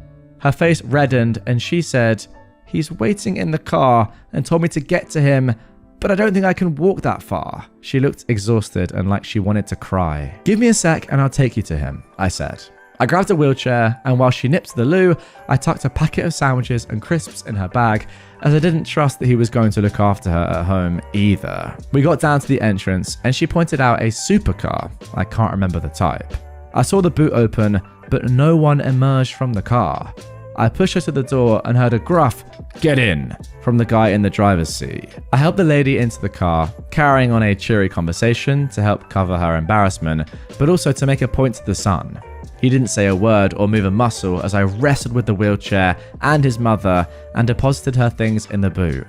I said goodbye to the lady and he closed the boot with a button, revved the engine in apparent impatience, and roared out of the car park. It's not a very interesting story and there was no comeuppance for the son, but even 20 years later, I often think about that lady and wonder how she got on. I know that we don't always know what's going on in anyone's lives, but he seemed so hard on her. Oh my word, what a poor, poor lady. I mean, I just don't like to see this sort of thing. This guy is a terrible, terrible bloke. And yes, we don't know the inner workings of his relationship with his mum, but still, awful, awful bloke. I mean, at least open, like, get out the car, go inside, you know? Collect your mother, who is ill. I hope that when she passes on, I mean, she probably has now, 20 years on, she gave all her money, all her, you know, estate to charity and not her absolute clown of a son. And I also hope, not only that when her son dies, there's no one by his side, no one by him, you know, in the hospital saying, oh my God, I'm going to miss you so much, because no one cares, because he's a horrible person. But secondly, that he dies soon, ideally before his own mother. But, you know, maybe that's a little bit too harsh. Entitled kid tries sending his police officer dad after me in a pro-revenge attempt. his plan backfires. From the mid-90s through early 2000s, I've spent my summers working as a counselor at a Boy Scout summer camp. I've worked in several different program areas, but this story happened when I was the director of the rifle range. Every week, we would get a new group of campers, and when they came up to the range for orientation, I would go over all the safety rules. I would finish by telling the kids, you all get one warning on this range, and this is the warning. There are only 2 safe directions to point your rifles, up in the air or down range. It doesn't matter if your gun is loaded or unloaded. If you break this rule and deliberately point your rifle in any other direction, you will be kicked off this range and will not be allowed to shoot here for the rest of the week. I would go over all of these rules again for the kids on the first day of merit badge classes to satisfy the safety rule requirement for the badge. And there were plenty of posters hanging around the range with all of the safety rules on them. In other words, there were no excuses to break them. One day, the scouts in my merit badge class were practicing shooting for the test they had to take at the end of the week. One scout, the entitled kid of this story, thought it would be funny to point his rifle at another scout and spout off some random action movie line. I ran up and snatched the rifle from his hands and yelled, "What the heck are you doing?" The entitled scout responds, But the gun wasn't loaded." Recite the safety rules now. The entitled scout recited them all, including the part about pointing the gun in an unsafe direction. I told him to hand over his shooting ticket. I tore it in half and said he was done on my range for the rest of the week. Later that afternoon, the range was open for free shooting. Everything was going smoothly, until I noticed the entitled scout walking up the trail towards the range with his father, an assistant scout master who was built like an NFL linebacker. After the round of shooting ended, I called a ceasefire and told my assistant to keep an eye on the range while I handled the situation that was about to happen. As I approached the entitled scout and his father, he jumped up and down, pointed at me, and yelled, "That's him! He's the one who tore up my ticket and kicked me off the range! You're gonna get it now. My dad's a cop, and you're going to be sorry for what you did." Before I could get a word out, Cop Dad gets in my face and started chewing my butt out, drill sergeant style. Now, this story happened so long ago that I don't remember exactly what Cop Dad was shouting. I mostly remembered the poop-eating grin the entitled scout gave me as he watched his father tear me a new one. I just stood there quietly and patiently, waiting for my turn to respond. Finally, Cop Dad said something along the lines of, "So, what do you have to say for yourself?" "Yes, I did tear up your son's shooting ticket and I kicked him off my range," I replied. "But did your son mention why I did that?" Cop Dad's face went from angry to inquisitive.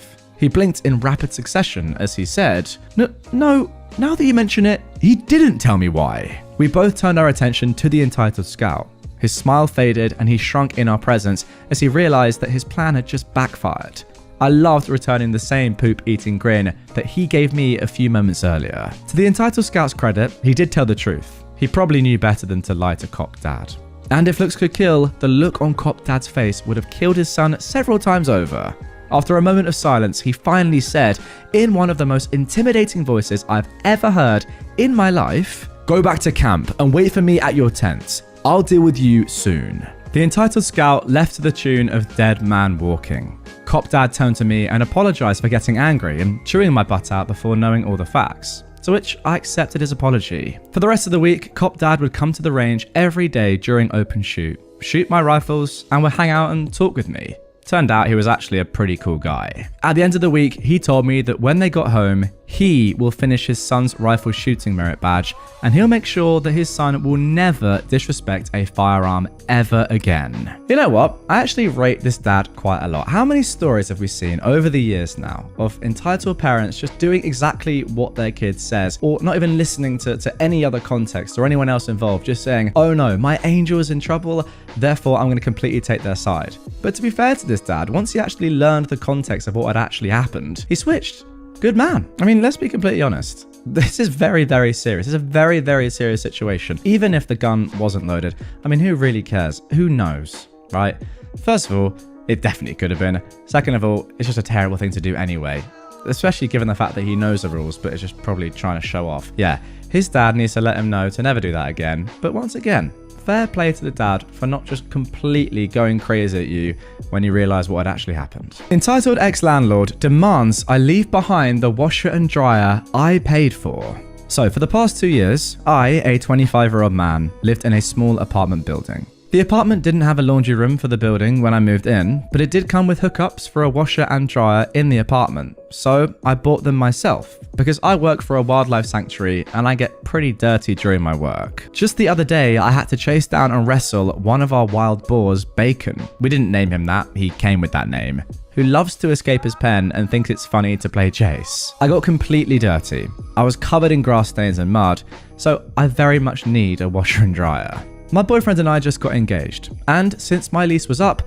I moved into his house with him. I finished moving everything out of my old apartment yesterday, and I thought nothing about taking my washer and dryer with me as I had bought them. My boyfriend also had some, but they were old and kept breaking down and just cost too much to have fixed. Well, I woke up this morning to multiple missed calls from my old landlord. I left my phone number and new address in case any mail was delivered to my old place. I called him back, and he asked me why the washer and dryer was gone. I explained that I took them with me. He started freaking out, saying that he'd put that the place had a washer and dryer in the ad for the place. Apparently, I have raised the rent due to having those.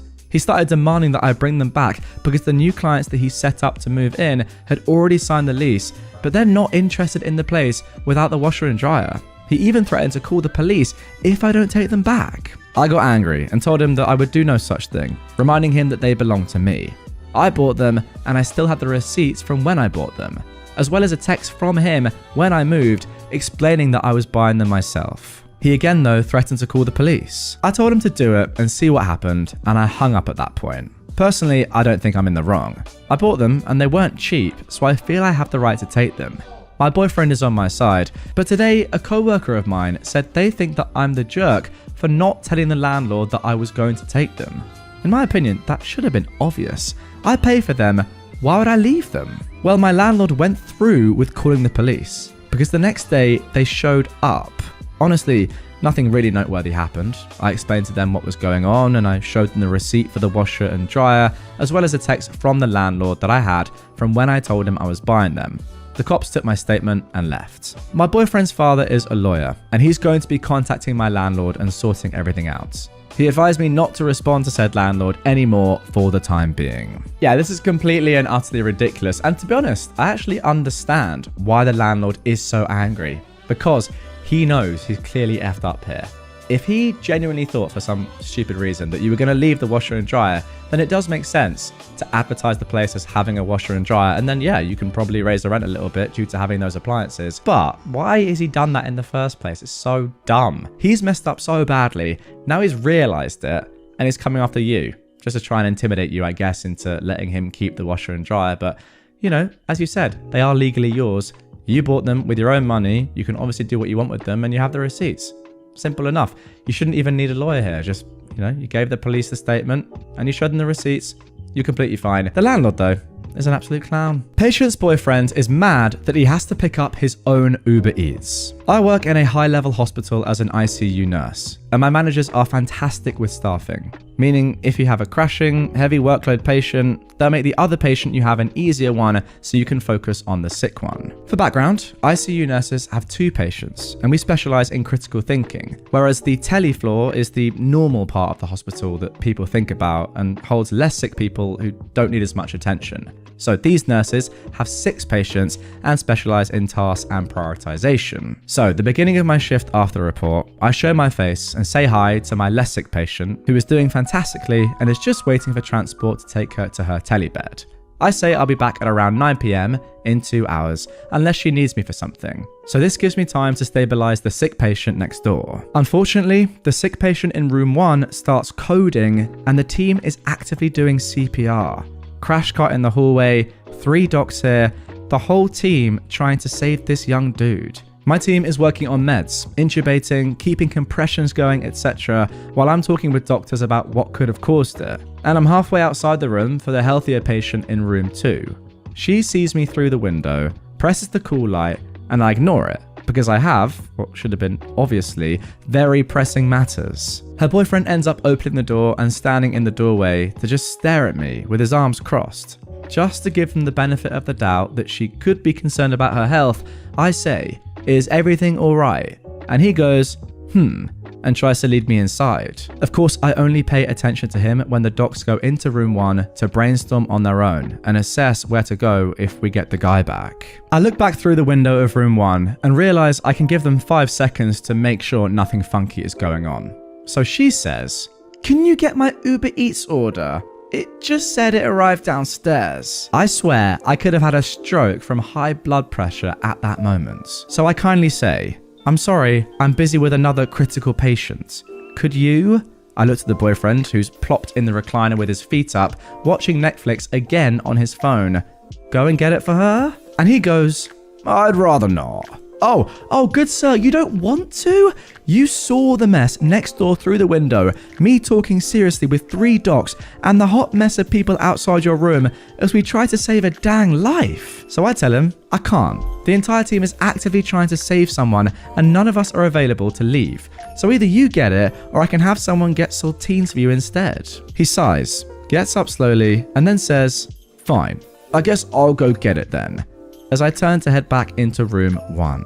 The dude literally has to turn his shoulders to slide through the massive group of people. Still angry, he has to take 1 elevator down. When they get moved to another room at around 10 PM, he's speaking loudly on the phone to someone, saying things like the nurses are rude, they won't even get food for their patients, etc. The icing on the cake? She had just gotten off an insulin drip for being in a diabetic coma. Never met a more entitled person who put having to walk and get their own food delivery above someone else's life. Well, there it is. That is definitely the most ludicrous story that we've had on this episode so far. I mean, that is an absolute disgrace. I don't even care, right? And I don't mean this in a rude way to the guy that was obviously in a very life-threatening condition. I don't care if somebody is in a life-threatening condition. You can't ask a nurse at any hospital ever to go and get your food for you that you've ordered. That is just so dumb. Even if they're dealing with just, standard patients that are sick enough to be in hospital but are doing fine. Why would you ever ask a nurse to do that? Unless you are literally on your own with no one else around to help you, and perhaps you've pre-agreed with them that you're going to order some food. Could someone go and get it for you? Ideally not a nurse. Then it's fine. But if you've got someone there in the room as well and they can't be bothered to go downstairs and get you your food, what's the point? And also, why are they even there in the first place? Are they not there to kind of give you support, look after you when you're in hospital? Go and get your food perhaps that you've ordered? Who knows? Absolutely crazy. Get your comments down below for that one, guys. Just insane. Now for our final story of this episode. This one I'm looking forward to. Thanks to Reddit, I stood up to an entitled Karen. What a title that is. I've been following various communities on Reddit for a few years now. To name a few, r/AmITheJerk, EntitledParents, and of course, r/EntitledPeople, as well as the website Not Always Right. Wondering if people like that really exist, or if it was mostly creative writing. I also wondered how I would react if I ever witnessed something like that myself. Well, now I know. A few weeks ago, on a bright Sunday morning, I was on my way to the zoo with my daughter, who is 2, and my niece, who is 2.5. I stopped by the grocery store for a picnic. I don't know what it's like where you live, but here, foods and drinks in amusement parks and other places are far too expensive. Yes, that is true in England and America, to be fair. I had the girls in the trolley and got in line to the cashier. The lines were long, but hey, life, right? The cashier was doing her thing while chatting with the clients, and I was minding my own business, talking with the kids and patiently waiting. Suddenly, I hear shouting and see an irate woman yelling at the poor cashier, who was visibly getting more and more upset. The client, an older woman with no distinctive features, was yelling like a banshee because the cashier dared to wish a good day to the previous client and basically be nice and friendly. And because of that, our dear Karen was running late. Again, it was around 10:30 to 11 on a Sunday morning. FFS. That's when I remembered all those stories. Those poor workers who are basically not allowed to talk back and have to take the abuse. And I decided to intervene. I have a very strong voice that carries loud when I want to. I asked loud enough for the entire store to hear, "What the heck is your problem? What kind of behavior is that?" I think the Karen was not expecting someone to dare to stop her tirade. She recovered and tried replying. I stopped her and told her that she was the only one holding back the line and that the cashier was doing her job and doing it well. In the meantime, the manager had arrived and had replaced the cashier, who was crying, with another worker and came to ask what was going on. Karen starts again. I let her rant for a few seconds and then gave my version of what happened in the most calm and sane voice possible. Let me tell you, Karen was fuming and started complaining again about the cashier being slow because she was chatting nicely with the customers. By then, her grocery was finished being rung and the manager asked her to pay and leave. This might not be the best climax compared to all the other stories I've read here, and if you've read so far, I hope that if you also encounter this type of entitlement, you will also remember all these Reddit stories and decide to act. Thanks for reading mine. Well, there we go. If you thought that me reading out all these stories every day was pointless, then you're wrong. As we can see, I jest, of course, but you know, maybe that is the learning from all of us here. You know, if you see someone that's actively doing or wronging someone, and there's no reason for it, jump in. We've seen so many stories, again, over the years, where people haven't done that, and it's a shame, isn't it? Because just one little act of intervention, like we've seen here from OP, can have a massive difference. Who knows? This woman, right, having a lovely day, this cashier, she could have really thought to herself, you know what, I'm done with this. If it's going to take just one person to ruin my day like that and cause me to cry, I don't want to do this anymore. But who knows? You jumping in may have made her thought, yeah, there are people like that that are always going to be in the world and are going to be horrible. But if the majority of people are lovely and like chatting to me, and then people like you, OP, will come to my aid and my rescue when that does happen, maybe it's all good. And we can just deal with these sort of people together. So yeah, you know what? I've learned a valuable lesson. Next time I see something like this, I'm getting involved. That is for sure. Entitled sister-in-law tries to take credit for large cancer fundraiser donation. So, context. My mother has a friend that has terminal cancer. She got diagnosed about a year or so ago, and it recently went terminal. She only has a few months left. So, her friends and family decided to have a fundraiser in her honor to help cover medical / afterlife / bucket list costs, as well as help the family out after she passes. This lady is an amazing person. Everyone in town knows and loves her. She's a hairdresser and has been doing my mum's hair for ages. My mum has been a big part of the planning and fundraising for this event. There are a handful of this woman's friends and family taking part in it. However, most of them live an hour or so away, so the businesses and people they are getting donations from are not in our town and they don't know anyone. So, my mum took it upon herself to call dang near every business in town. Family-owned shops and restaurants, chain shops and restaurants, travel agencies, insurance agencies, big places of employment, etc., as well as donations from the general public. She even got our local Walmart to donate. She's gotten everything from small items, gift cards, whole baskets, massages, discounts. She even got our local airport to donate 2 30-minute airplane rides around our country. That is phenomenal. And the latest place to donate was our bowling alley. The guy who runs and owns the place is amazing. He also coaches both our high school bowling teams. When my mum called him, he said that he's going to take a bit to think about what to donate because he wants to do something other than just a free bowl or two. He ended up ordering 2 new bowling balls and is donating them along with 2 one-hour bowling parties for 10 bowlers.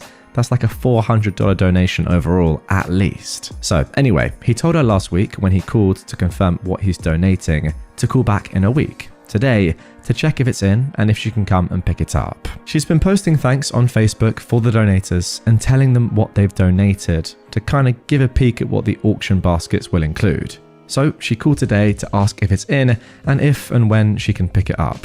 She was informed then that someone already had. My mum was not made aware that someone else was picking it up. She posted about the donation on Facebook and added in the group chat that they have for their friends and family. No one outside of that chat knew that she hadn't picked them up yet. So she messaged them all asking if one of them had grabbed it and forgot to tell her.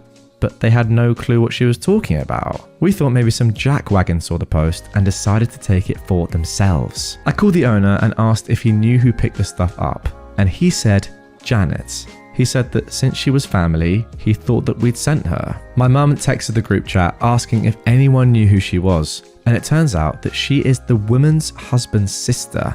This sister is not in any of the group chats and hasn't attended any of the meetings regarding the fundraiser or the planning. The woman's daughter is in the group chat and is very active in the planning and the fundraising. She called her mum and asked if she heard from the sister and if she's seen the bowling balls or certificates, and her mum said that the sister had actually brought them to her home, saying that she had got this huge donation from the bowling alley. Now, none of the other donations have been going to her house. We don't want to clutter up her house and cause her stress trying to help plan, so the friends and family have been keeping the stuff at their houses until it's time for the fundraiser. So there's no other reason for her to take them to her house other than to take credit for it. I just don't understand why she would take it upon herself to go and pick up a huge donation that she didn't take part in without telling my mother, the one who got the donation, that she didn't need to go and pick it up because she had it covered. She took it straight to the women's house without asking the group that's planning where we're storing the donations. And she didn't tell anyone that she took it. She doesn't even live in our town. She lives 30 minutes away, so she had to go so out of her way to pick this up.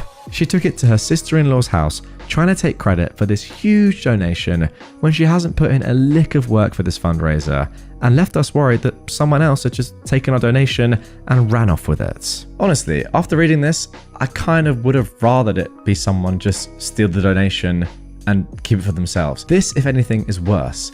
At least if someone went and just stole the donation, you'd say, you know what, that's a real shame. Isn't it so sad that these things happen and people out there exist?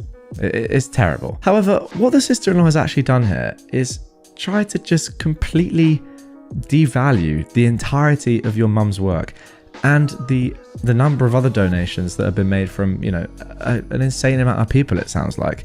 If she is claiming this as her own, what does that then mean for everybody else who's actually done the work? Do you kind of get what I'm saying? So yeah, although I'm sure you'll get the donation back and that's unbelievable, the fact that she has put this like doubt perhaps into the woman's mind, into everyone else's mind about who's actually raising the money or what's going on here is crazy. Like it's so much more selfish than if some randomer had just stolen the donation in the first place. Like she knows the level that your mum has gone to, like the effort that your mum has put in to get these unbelievable donations.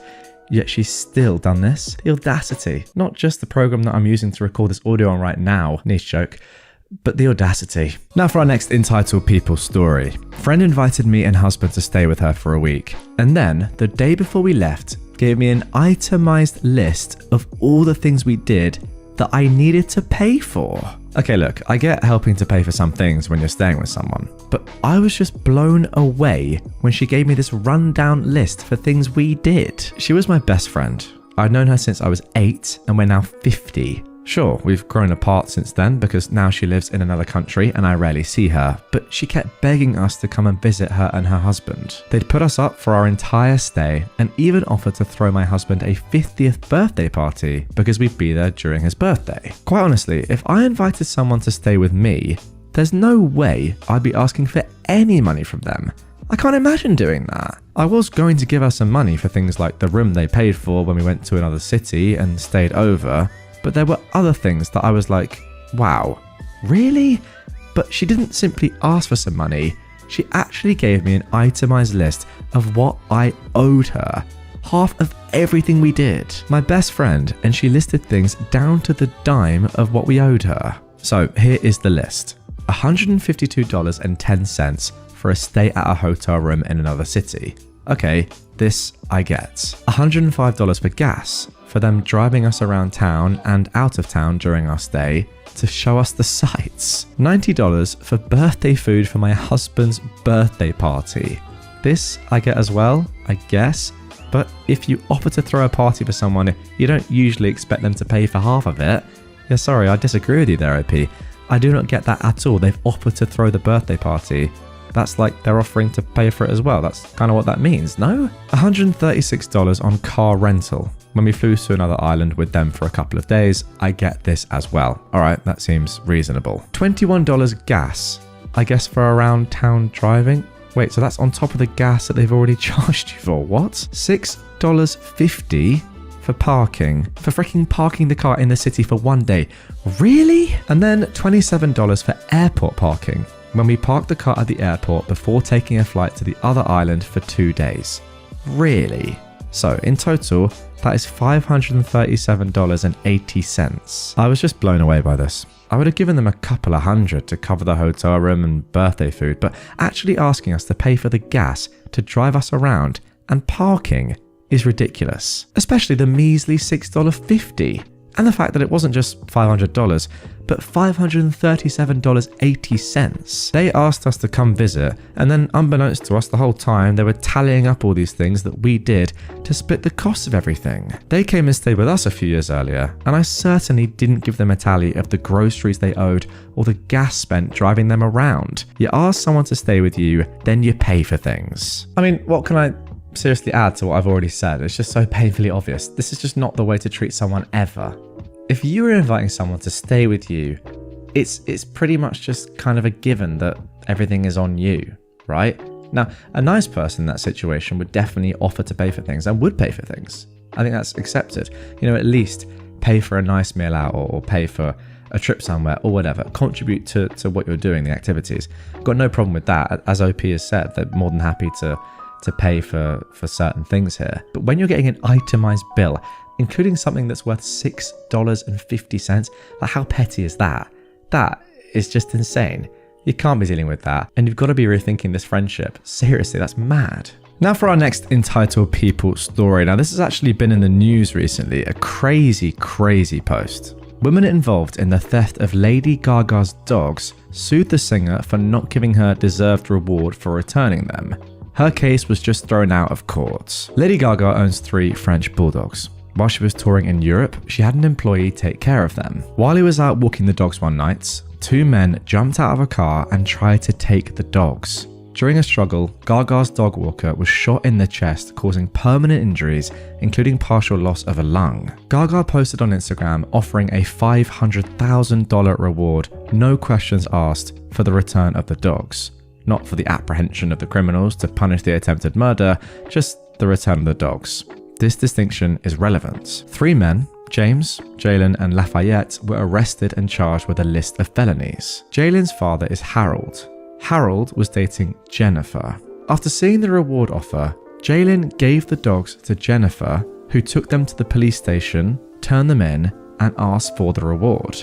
At first, no connection to the crime was made, but eventually it was determined that her boyfriend's son stole the dogs and gave them to her to collect the reward. She eventually pled guilty to receiving stolen property and received 2 years of felony probation. But she then demanded that Gaga pay her the $500,000 as per her oral contract. When Gaga refused, Jennifer sued for breach of contract, fraud by false promise, and fraud by misrepresentation, asking for the $500,000 plus $15 million on top of that for financial damages, pain and suffering, mental anguish, and loss of enjoyment of life, plus legal fees. Wow. Her claim is that she would not have returned the dogs if not for the promised reward, and therefore was defrauded because she ended up with no dogs. To keep or to sell, this is unclear, and no reward. Wow, what a lovely person. She wouldn't have returned the dogs if not for the promised reward. Just admitting you'd steal the dogs then, you clown. The judge ultimately dismissed her lawsuit with prejudice, which means she cannot attempt to file it again. Jennifer said she didn't know about the plan to steal the dogs ahead of time, but as the judge pointed out, she never claimed to not know the dogs were stolen by her boyfriend's son when she received them or when she turned them in. Notably, she never alleges that she was unaware that the bulldogs had been stolen after they were stolen or at the time that she received them. That is a direct quote. Wow, what an interesting story. To be honest, I'd forgotten really about the Lady Gaga dog fiasco and the fact that the dog walker almost died. I mean, that would have been absolutely awful. But this woman, the audacity once again to do this is just insane. Like, why, if you're going to have a go and try and get this money, why would you not say that you didn't know that the dogs were stolen? Because by not saying that, surely you're just kind of welcoming or encouraging people, the police, really, to have a look at your situation and say, I wonder who you're related to, and may they have stolen the dogs. Oh yes, they have. What a surprise. Apart from the fact I'm not surprised at all. I mean, look, clearly this entire family are just disgraceful humans. It's mad that this many people in one family are this horrible. But yeah, stealing dogs in the first place, one of the worst things you can possibly do. And then saying, I wouldn't have even given them back if it wasn't for the reward. Well, yeah, you're just a horrible person, aren't you? Simple as that. More like entitled family rather than entitled people here. And now for our final entitled people story of this episode. Someone in my old neighborhood wants a free house. I found a letter in the mailbox when my wife and I listed our house last year. I have redacted identifying info. Hey neighbor, I hope this letter finds you well and in good spirits. I write this confident that it will find its way to someone willing to help me fulfill a very lofty goal. Over the years, I've longed to live in and raise my children and grandchildren in a safe, friendly, energetic, peaceful, clean neighborhood with good schools. I often pondered what it was like to live on the other side of the tracks, literally. On my way home from work, I'd veer off through the neighborhoods and imagine having a home here in this thriving neighborhood. It was always the trees for me. I earnestly believed that one day I'd make it happen, but unfortunately, I haven't. I've worked my tail off and managed my way through many, many obstacles, but I haven't hit that pinnacle. I do well for myself and live a well-rounded, happy life, and I'm uber grateful for what I have. I just don't think I'll ever be able to afford a home in this neighborhood on one income, especially with the market the way it is and no end in sight, unless something marvelous happens. Therefore, I am reaching out to the community to find out if there is anyone out there that would like to donate a home to me or sell me one at a ridiculously low sale price. I know, the audacity, but there are those with abundance looking to bless someone. I see it every day. I even participate where I can. I promise to be a good neighbor and to love it and appreciate it for the rest of my life. I realize this is a radical idea, but who knows what's out there? Someone that has way more than enough and would love to pass their home on to someone that simply asked, has two and is ready to move to their warm weather home and doesn't need to turn a profit. Someone that's just plain sick of humans and is going off grid. Someone that just wants to pay it forward or could write it off. Someone that bought a fixer-upper and life changed. I'm very handy. I'm getting older though. Or someone that just hit the Powerball and is leaving everything behind. Maybe you know someone with a home elsewhere, in a community just as lovable. Well, please do pass the letter on. You never know. So here I am, asking. My dad always said, a closed mouth don't get fed. I'm currently renting in Redacted, and I love it, with the constant increase in rent that may not last much longer. I've worked for Redacted for almost 20 years. Well, when I started passing out this letter I did. Unfortunately, I was part of their layoffs this week. I've attended a women's group in the area for 15 years as well. All reasons that I've intentionally left my name out of this. I'm hoping to save face for now. I made an email for responses to this letter. Please, no hurtful or hateful messages. I've seen the nasty comments on the forums, and I assure you that I am a good person with a good heart and good intentions. I'll provide you with my full name, address, references, background check, no resale contract, you name it, should you find interest in my request. Otherwise, thank you for simply reading my letter. So long for now. Turns out there are roughly 15,000 homes in this area, so I have a lot of work to do. Serious inquiries only, and then they've put the email address. You know what? I'm going to give a controversial opinion here. I see absolutely nothing wrong with this. In fact, I quite like it. And I know the voice that I used there when narrating this was a little bit silly, a little bit entitled as I tend to do. But genuinely, what's wrong with this? It's not harming anybody. This person shot their shot, and I say fair play. Who knows? If they have the time and the money and the effort level to print out a piece of paper with these words on and put it in the letterbox of 15,000 homes, then fair play. Maybe they'll get lucky. Who knows? I mean, what are the chances? You might find someone, I mean, sad though it may be, an elderly person that is on their way, for want of a better saying, has no family. I mean, this is quite sad actually, but go with me on this. Has no family to really let their house to. And they just say, you know what, yeah, sure, have it. And what do? We work all our lives to be able to buy lovely houses in lovely neighborhoods. If you can circumvent that and shortcut that by doing this, I say power to you, my friend. You know, this is the sort of sideways thinking outside the box that has amazing results. Now, that being said, it probably won't, let's be honest. But if there's a 1% chance that this comes off, even if there's a 0.1% chance, what are you really losing apart from a little bit of time? You're not losing your face, as you said, because no one knows who you are. Personally, I love it. I don't even think it's that entitled. I think it's just a fair request. I know a lot of you guys in the comments will disagree with me. I hold my hands up. It's an unpopular opinion, but I really rate it. It seems almost entrepreneurial. It's clever thinking. I quite like it. Friends entitled X begs her to let him move in because he had nowhere else to go. My soft-hearted friend Emma finally broke up with the parasite she once called her boyfriend. Carl has 100 excuses for why everyone else is the problem. His bosses are mean and expect too much of him, like showing up for his shifts. His co-workers create a hostile work environment because they refuse to do his job for him. He's also realized that the people he called friends are not really his friends because they won't refer him for openings at their companies. Kyle thinks that he has really bad luck. At the beginning of this month, one of these friends told him that their living situation is not working out. Kyle needs to find other accommodation by the month's end. He did nothing until this week. He'd been praying that his friend was a real one who wouldn't really kick him out. However, today his friend asked Kyle if he needed help packing. The month is over in 1 week, you see. In a panic, Kyle called Emma. He begged her to let him stay, all expenses paid by her until he gets back on his feet. People he thought were friends have shown who they really are and abandoned him. They abandoned him in his hour of need. And for what? Something as pithy as money? Don't remind him that all of his friends hosted him at some point. He not only paid no rent, he expected them to pay his living expenses. They're friends. He would do the same for them. Emma usually has a hard time saying no, but Kyle took advantage of her so badly that she said, "I don't think that's a good idea." She blocked him everywhere, then called her scary sister to tell him off and threaten him away. Poor Kyle. He was turned away by everyone, abandoned, forsaken, and they knew he had nowhere to go. His mum's house does not count as somewhere to go. His mum is, in his words, a self-absorbed female dog. A good parent doesn't expect her 37-year-old son to hold down a job and pay rent. A good parent doesn't make him do chores and maintain a level of order in the common areas.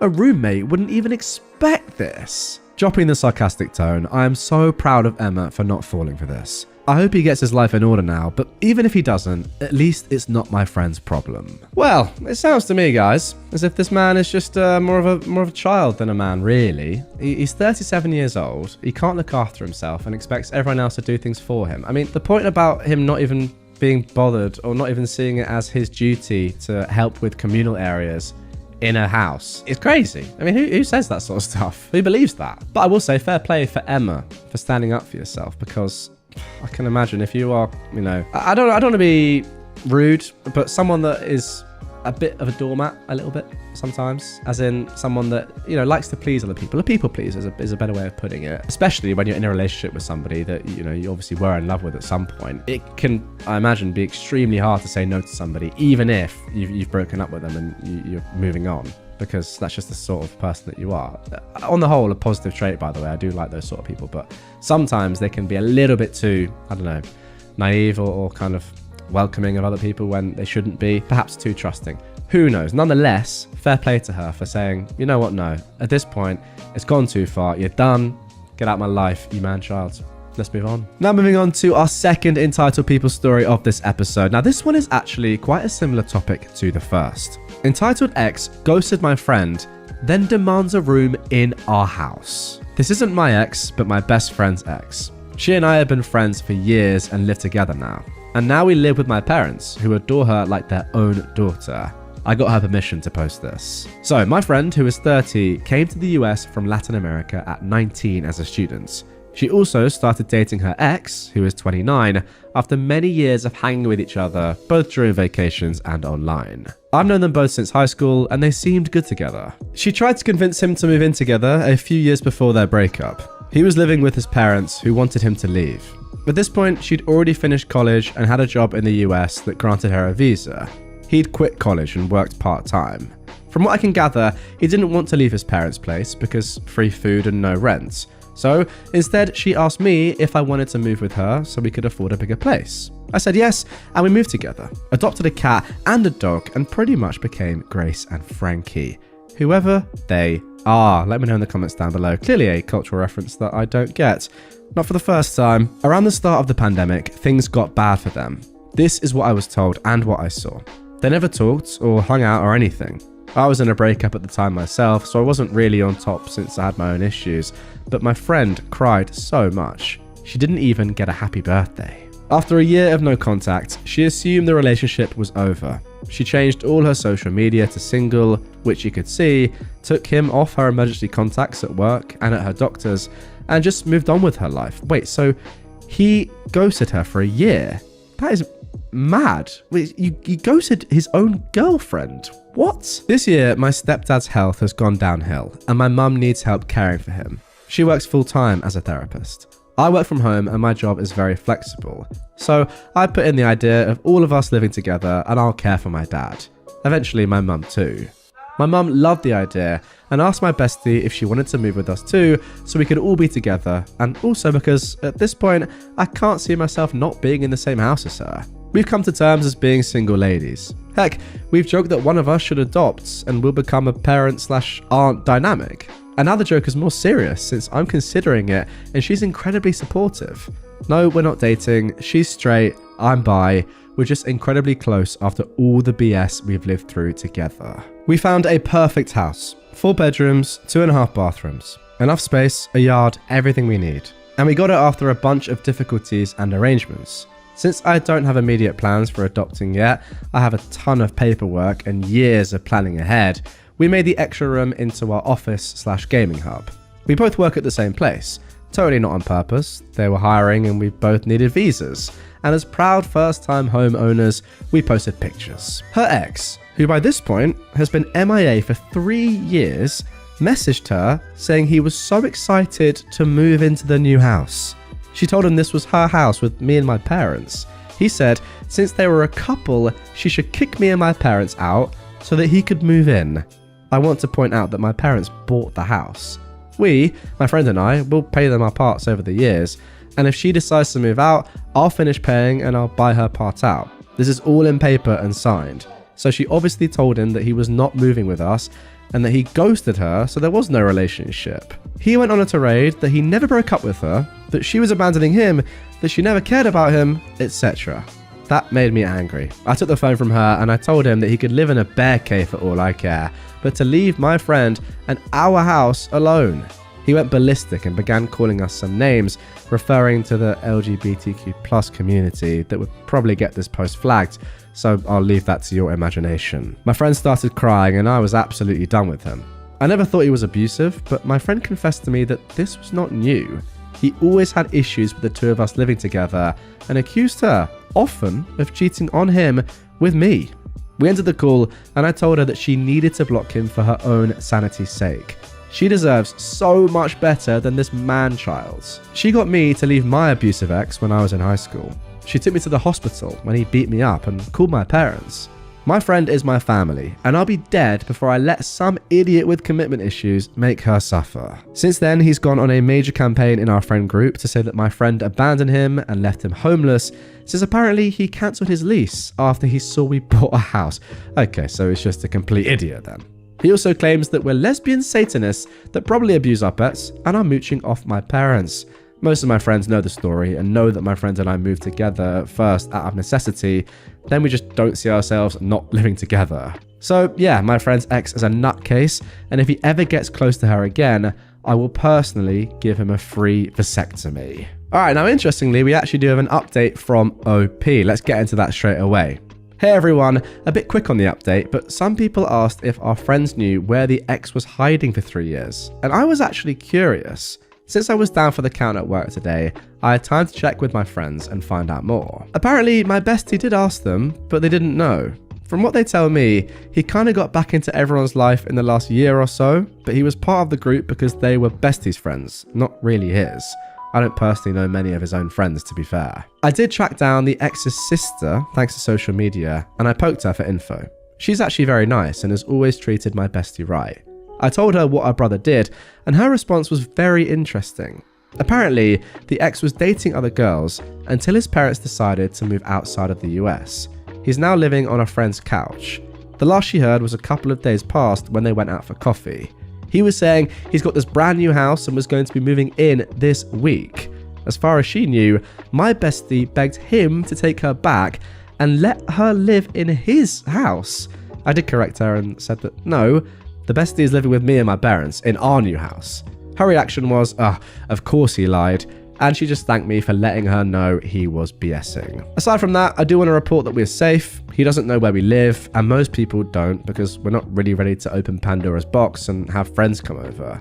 We also need time to figure out who we want in the know. We won't be going to the police unless something serious happens, just because this is technically not a crime, but we are going to keep recordings and print text conversations. If he tries anything, we have all our papers in order, and just in case, I plan to contact our company's HR so they know the situation. The company we work for can provide us free legal counsel if things get bad. Now this one is a little bit like the first story, but just a bit more insane if anything. I mean, ghosting someone for 3 years and then saying, wait, what do you mean it's not my house? We're together, right? Like, you've not contacted them for 3 years. How has that come into your head as a genuine thought? That's insane. I mean, I thought the first story was pretty mad, but this is just another level. How? I mean, I should have probably realized that this guy was stupid after OP said that he cancelled his lease after he saw that we bought a house. It's two things that don't really, go hand in hand there, to be honest with you. But I mean, fair play. I mean, I kind of rate this guy's delusion. It's just a crazy level of belief, or just, I don't know, being mental. Really? 3 years of ghosting and then saying, can't wait to move in. Fair play. I want that sort of courage. I really do. I admire it, if anything. Let's carry on. Entitled neighbor leaves a note on my car every single week. I live in an apartment building with no parking, so I have no choice but to park on the street. My street also has a school on it that prohibits parking on its side Monday to Friday until 6 p.m. The other side has a 2-hour parking even for permit holders. The entire area is permit parking only, which I have. So there are a total of about 7 spots on my block where permit holders can leave their cars. Because of this, I can never get a spot on my block, and I park 1 block down, which is the same permit zone. This area is all houses and each one has a driveway. I typically don't use my car every day, but I never go without it for long stretches unless I'm traveling. It's also a parking violation here to leave your car in one spot for longer than 72 hours. Which apparently some people take very seriously. Recently, one of my neighbors has been leaving a note on my car every single week. This is not an exaggeration. I've gotten 4 notes in the last 4 weeks citing the above parking code, even if my car has only been there for less than 2 days. The note always says that I can't leave my car in one spot for multiple days, which technically I have 72 hours. I always ignore it because even if I do get reported, which I'm sure I have been, someone from the city comes out the next day for an inspection and then monitors the vehicle for the next 72 hours to see if it's still there. This law is really to prevent abandoned vehicles, not for people getting upset about cars parked in front of their houses for multiple days. The hilarious part is that the note goes on to say how disrespectful it is to your neighbours to leave your cars parked in front of their houses. But constantly leaving notes on cars is totally respectful. This has been going on for months, but this was the first time I got 4 notes in a row, and now I'm going for the high score. I know it's a law, and I rarely leave my car parked in one spot for longer than 3 days, never more than a week unless I'm travelling, in which case I leave it at the office to avoid street sweeping.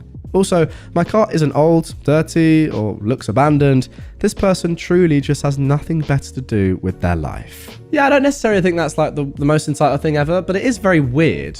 Surely you would wait until someone is actually breaking the law before you leave a note. Like, you wouldn't warn someone that in 24 hours, for example, you're going to be breaking the law. That's a bit strange, isn't it?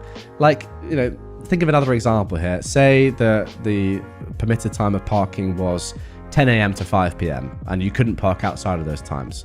It's just an example. At 4 p.m, you wouldn't leave a note on someone's car saying, hey, just so you know, you've only got an hour left. If you've not moved your car by 5 p.m, you're in massive trouble. You'd wait until 5 and then let them know, wouldn't you? If you cared at all. It's a bit weird to do it preemptively, especially like given the actual example that we have here, that they're doing it after 2 days when you still have a whole other day to move your car. And also, as OP said, that's not really the point of the law at all. Like, that's just kind of using it in the wrong way. It's to stop people abandoning cars or leaving it there for weeks, I imagine. It's just very, very strange. And yeah, it does come across as someone that does have nothing better to do in their lives. I get it. It's not ideal having other people park in front of your house, but you have a driveway. So therefore, you can always park because it's your driveway. I don't really see what the problem is. And again, it can't be an eyesore because OP said that their car's pretty nice. I think this person is just a little bit, entitled, for want of a more appropriate word. But really, that is what it is. It's weird. It's a weird thing to do. I would say maybe just have a little bit of caution, because if they're leaving notes in your car and they're doing it every single week for literally no reason, then they could cause damage to your car in future for no reason as well. I'm just thinking, like, if they're getting this angry over this and you're going to keep doing it, of course, because you're well within your rights to do so, just be warned. that they could step it up a level. So maybe you already have a dash cam, but yeah, maybe invest in a little dash cam for your car, just in case the worst happens. My mother-in-law photoshopped my husband's nose on our wedding pictures. How do I tell him? I am a 27-year-old woman, and I've been with my husband, who is 29, for 7 years. I remember that early in our relationship, one of the first things he expressed insecurity about was his nose, specifically about its width. He never wanted surgery, but he thinks that his nose is too big for his face. I never thought that true, and for a long time, I wondered where he'd gotten that idea from. Then I met his mother, and all my doubts went out the window. I don't hate her, but the woman complains about everything, and she seems particularly interested in criticizing her sons. Barely anything about my husband or his older brother is good enough for her. And if it is, she is quick to imply they don't deserve it. According to my brother-in-law, that behavior didn't start until my father-in-law passed about 8 years ago, so they don't usually hold it against her. But to me, it seems like she legitimately doesn't want her children to be happy. Most times that we talk to her, my husband ends up devastated. She constantly complains about me, his job, our apartment, and his appearance. She has, on more than one occasion, suggested that he get a nose job. That tends to upset him, so I always try to shut that down as quickly as possible. We got married in early May. The photos were ready about 2 months later, and we created a shared album on Google Photos for our friends and family, including, of course, my mother-in-law. I got pregnant during our honeymoon. Can't recommend Dubrovnik enough, and I'm now 24 weeks along. We've had problems with my mother-in-law concerning my pregnancy. We're having a boy, and she had a breakdown because she wanted a girl that forced us to put her on an info diet. That was 2 months ago, and she has since improved her behavior. Because of that, we said yes when she invited us to go to a mall near her place to shop for baby clothes last Saturday. My husband had an emergency at work and ended up not coming, but we still managed to have a good time. When we were done, she invited me back to her place. I hadn't been there in a while, and I quickly saw that she'd gotten some of our wedding pictures up on the wall. I instantly noticed something was wrong with them, but I couldn't pinpoint what it was yet. My mother-in-law saw what I was looking at and proudly announced that she'd gotten someone to fix his nose. In other words, she gave her son a Photoshop nose job on his wedding pictures. I could not believe it. I never thought she'd stoop so low. It wasn't even a good nose job. It was so bad that my husband's face didn't look real. He looked like a Ken doll, and not in the hot Ryan Gosling way. My mother-in-law must have seen how mad I got because she instantly tried to defend herself. She tried to make the point that her son deserved to look his best on his wedding day, and I should have convinced him to get the real nose job before our ceremony. I made up an excuse to leave, but I could tell she knew the real reason. She's been calling and texting me almost every day since. I've been ignoring her, but she's always either apologizing, accusing me of overreacting, or begging me not to tell my husband. I know it seems trivial, but I am outraged, and the more I think about it, the more disgusted I get. I could never imagine doing something like that to my child. I haven't told my husband yet, mostly because we've both been busy with work this week, but also because I have no idea how to. His mother was finally starting to be a better person around him and his brother, and I know it will break his heart to find out about this. I don't know what to do. I have to tell him, but I can't figure out how. I know he loves his mother, and I don't want to damage whatever relationship they still have. My mother-in-law also mentioned she intended to send the improved pictures to some of her relatives, so I've got to find a way to shut that down. So, how can I tell my husband that his mother photoshopped his face on our wedding pictures? More importantly, what would be the most peaceful way to do it? Wow, what a start to the episode. I mean, that is just an unbelievable story. I've never heard anything like this. That is incredible. Now, I will say off the bat, it's very sad that your father passed away, and I completely understand why, OP, your husband and his brother have kind of given their mum a pass for a number of years, because, you know, a death in the family like that is completely tragic, and it could, and, you know, probably would lead to some unexpected and strange behavior. However, it has now been 8 years, and she's still being horribly and horrifically abusive. This is insane. I mean, the fact of the matter is, you have to tell him, and there's not going to be a peaceful way of doing it. You have to tell him the facts. He deserves to know. Yes, you don't want him to fall out with his mum, but if someone is doing this to your husband, I don't care who it is, it's literally incredible. Like, that is mad. You've got to tell him. He's not going to like it. Who knows what the repercussions and consequences might be, but that's for him and you and, his mum to deal with. Absolutely unbelievable. I've never heard of anything like this. Just incredible. Guys, comment down below. What do you think OP and her husband should do in regard to the pictures, and also just his mum in general?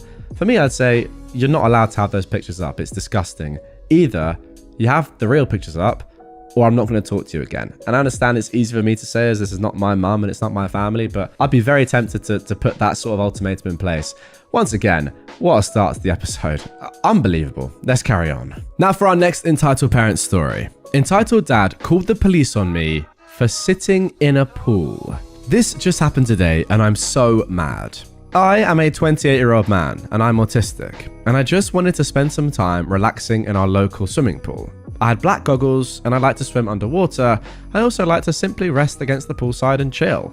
Also, I was the only adult male without any children in this pool, which is clearly for everyone to use. Shallow at one end, deep at the other, etc. I'm just resting by the poolside when a manager, not even a lifeguard, a manager, comes over to me and tells me my presence and behavior is making someone uncomfortable.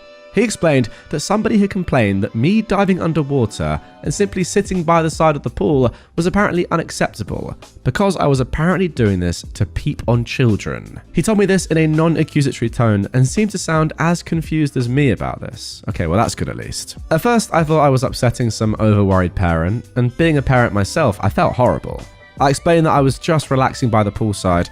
I offered to take off my goggles to put them at ease, and I even wanted to apologize to this person. The manager seemed to accept this and presumably went back to the parent to let them know I was sorry for upsetting them. About 10 minutes passed and the manager was back, telling me the police had arrived. I was shocked and asked if it was about me. The manager said yes and that they wanted to talk to me. This is when I meet the entitled dad for the first time. Big guy, maybe early to mid 30s and pretty buff looking. This is the only time he spoke to me, and all he said was, "You better go quietly or I'll tell everyone here you're a pedophile." He walked away before I could reply, and the manager led me out the pool. I felt tempted to flip this Kevin the Bird as I walked by, but I kept my cool and just left. I get to the locker rooms and 2 policewomen were waiting. Fortunately for me, they were really nice and friendly with me the whole time. After grabbing a towel, they started asking me what happened and what I was doing. I was honest and told them I was just trying to relax and had no idea that I was upsetting this person just by being there. I even told them I was autistic, which led to one of the officers telling me they had a family member who was also autistic. They then asked me for my details to run me through their database. While that went on, the entitled dad walked by and one of the officers asked to talk with him.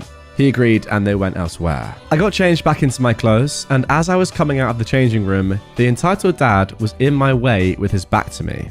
I couldn't quite hear what he was saying over the other people in the room, but I did hear him rather loudly order his kids to stay put while he went to get changed. He walked off without seeing me and I left the locker room. The police stayed with me in the lobby until their database came back. Of course it came back that I had no history of crime, and the gym staff had told the officers that I had no history of disturbing other people, and I was free to go. However, the entitled dad was hanging around near the back of the lobby watching me. The police saw this too and offered to give me a ride home since I'd walked to the gym. I accepted since I was pretty shell-shocked by the whole ordeal, and I was worried that this guy would try something on my way home. In all, this was a really scary experience, and I'm still shaking typing this. I'm just glad the manager and the police were professional enough to let me speak my piece. I should mention there were other parents in the pool who didn't care about my presence. Another dad and his kids were playing right next to me, and he didn't care. Now, good news on this one is that we do have an update. I went back to the gym today to see if the same manager was on duty. Thankfully he was, and he took me aside to explain his perspective on things. I'll call him Mike. Apparently, that Kevin seemed to be trouble from the start, being very irate with Mike as well as other staff members. The only reason it wasn't the lifeguards dealing with him was because they were scared of him. Being 17, 18 years old, this guy was an early 30s looking buff man. Even Mike, roughly the same age as the Kevin, was concerned with his behavior, thinking if he got near me, we'd end up throwing hands. When Mike first told him that I'd offered to leave my goggles off so I wouldn't dive underwater, that apparently wasn't good enough. Then when the police arrived, Mike had actually just told them he was concerned for my safety, nothing about the pedo accusation. No wonder they were so nice. I then asked Mike if at any point he thought I really was a threat to the kids. He laughed and said no. saying that when I'd mentioned I had kids of my own, the fact that I'd offered to apologize and attempt to de-escalate things, he could tell I wasn't dangerous. He was thinking more about me being safe than whether or not I was a threat, and the police seemed to think that way too. At one point after I left, the Kevin got mouthy again, and a receptionist chewed him out for his actions. I wish I could have seen that. Then Mike asked if I'd made it home okay, and I told him about the police giving me a ride. Their car wasn't inside the building. He was relieved and hoped that this event hadn't put me off coming back. I do plan to come back to this gym now, since I can count on the staff to have my back. But yeah, everything is cool now, and everybody knows what an idiot that guy is, so I don't think I'm in any further trouble anymore. Oh, and to answer why I left, I was given the choice as to whether to go or not. Nobody actually told me to leave. I was planning on leaving a few minutes before this encounter anyway, so I didn't mind too much.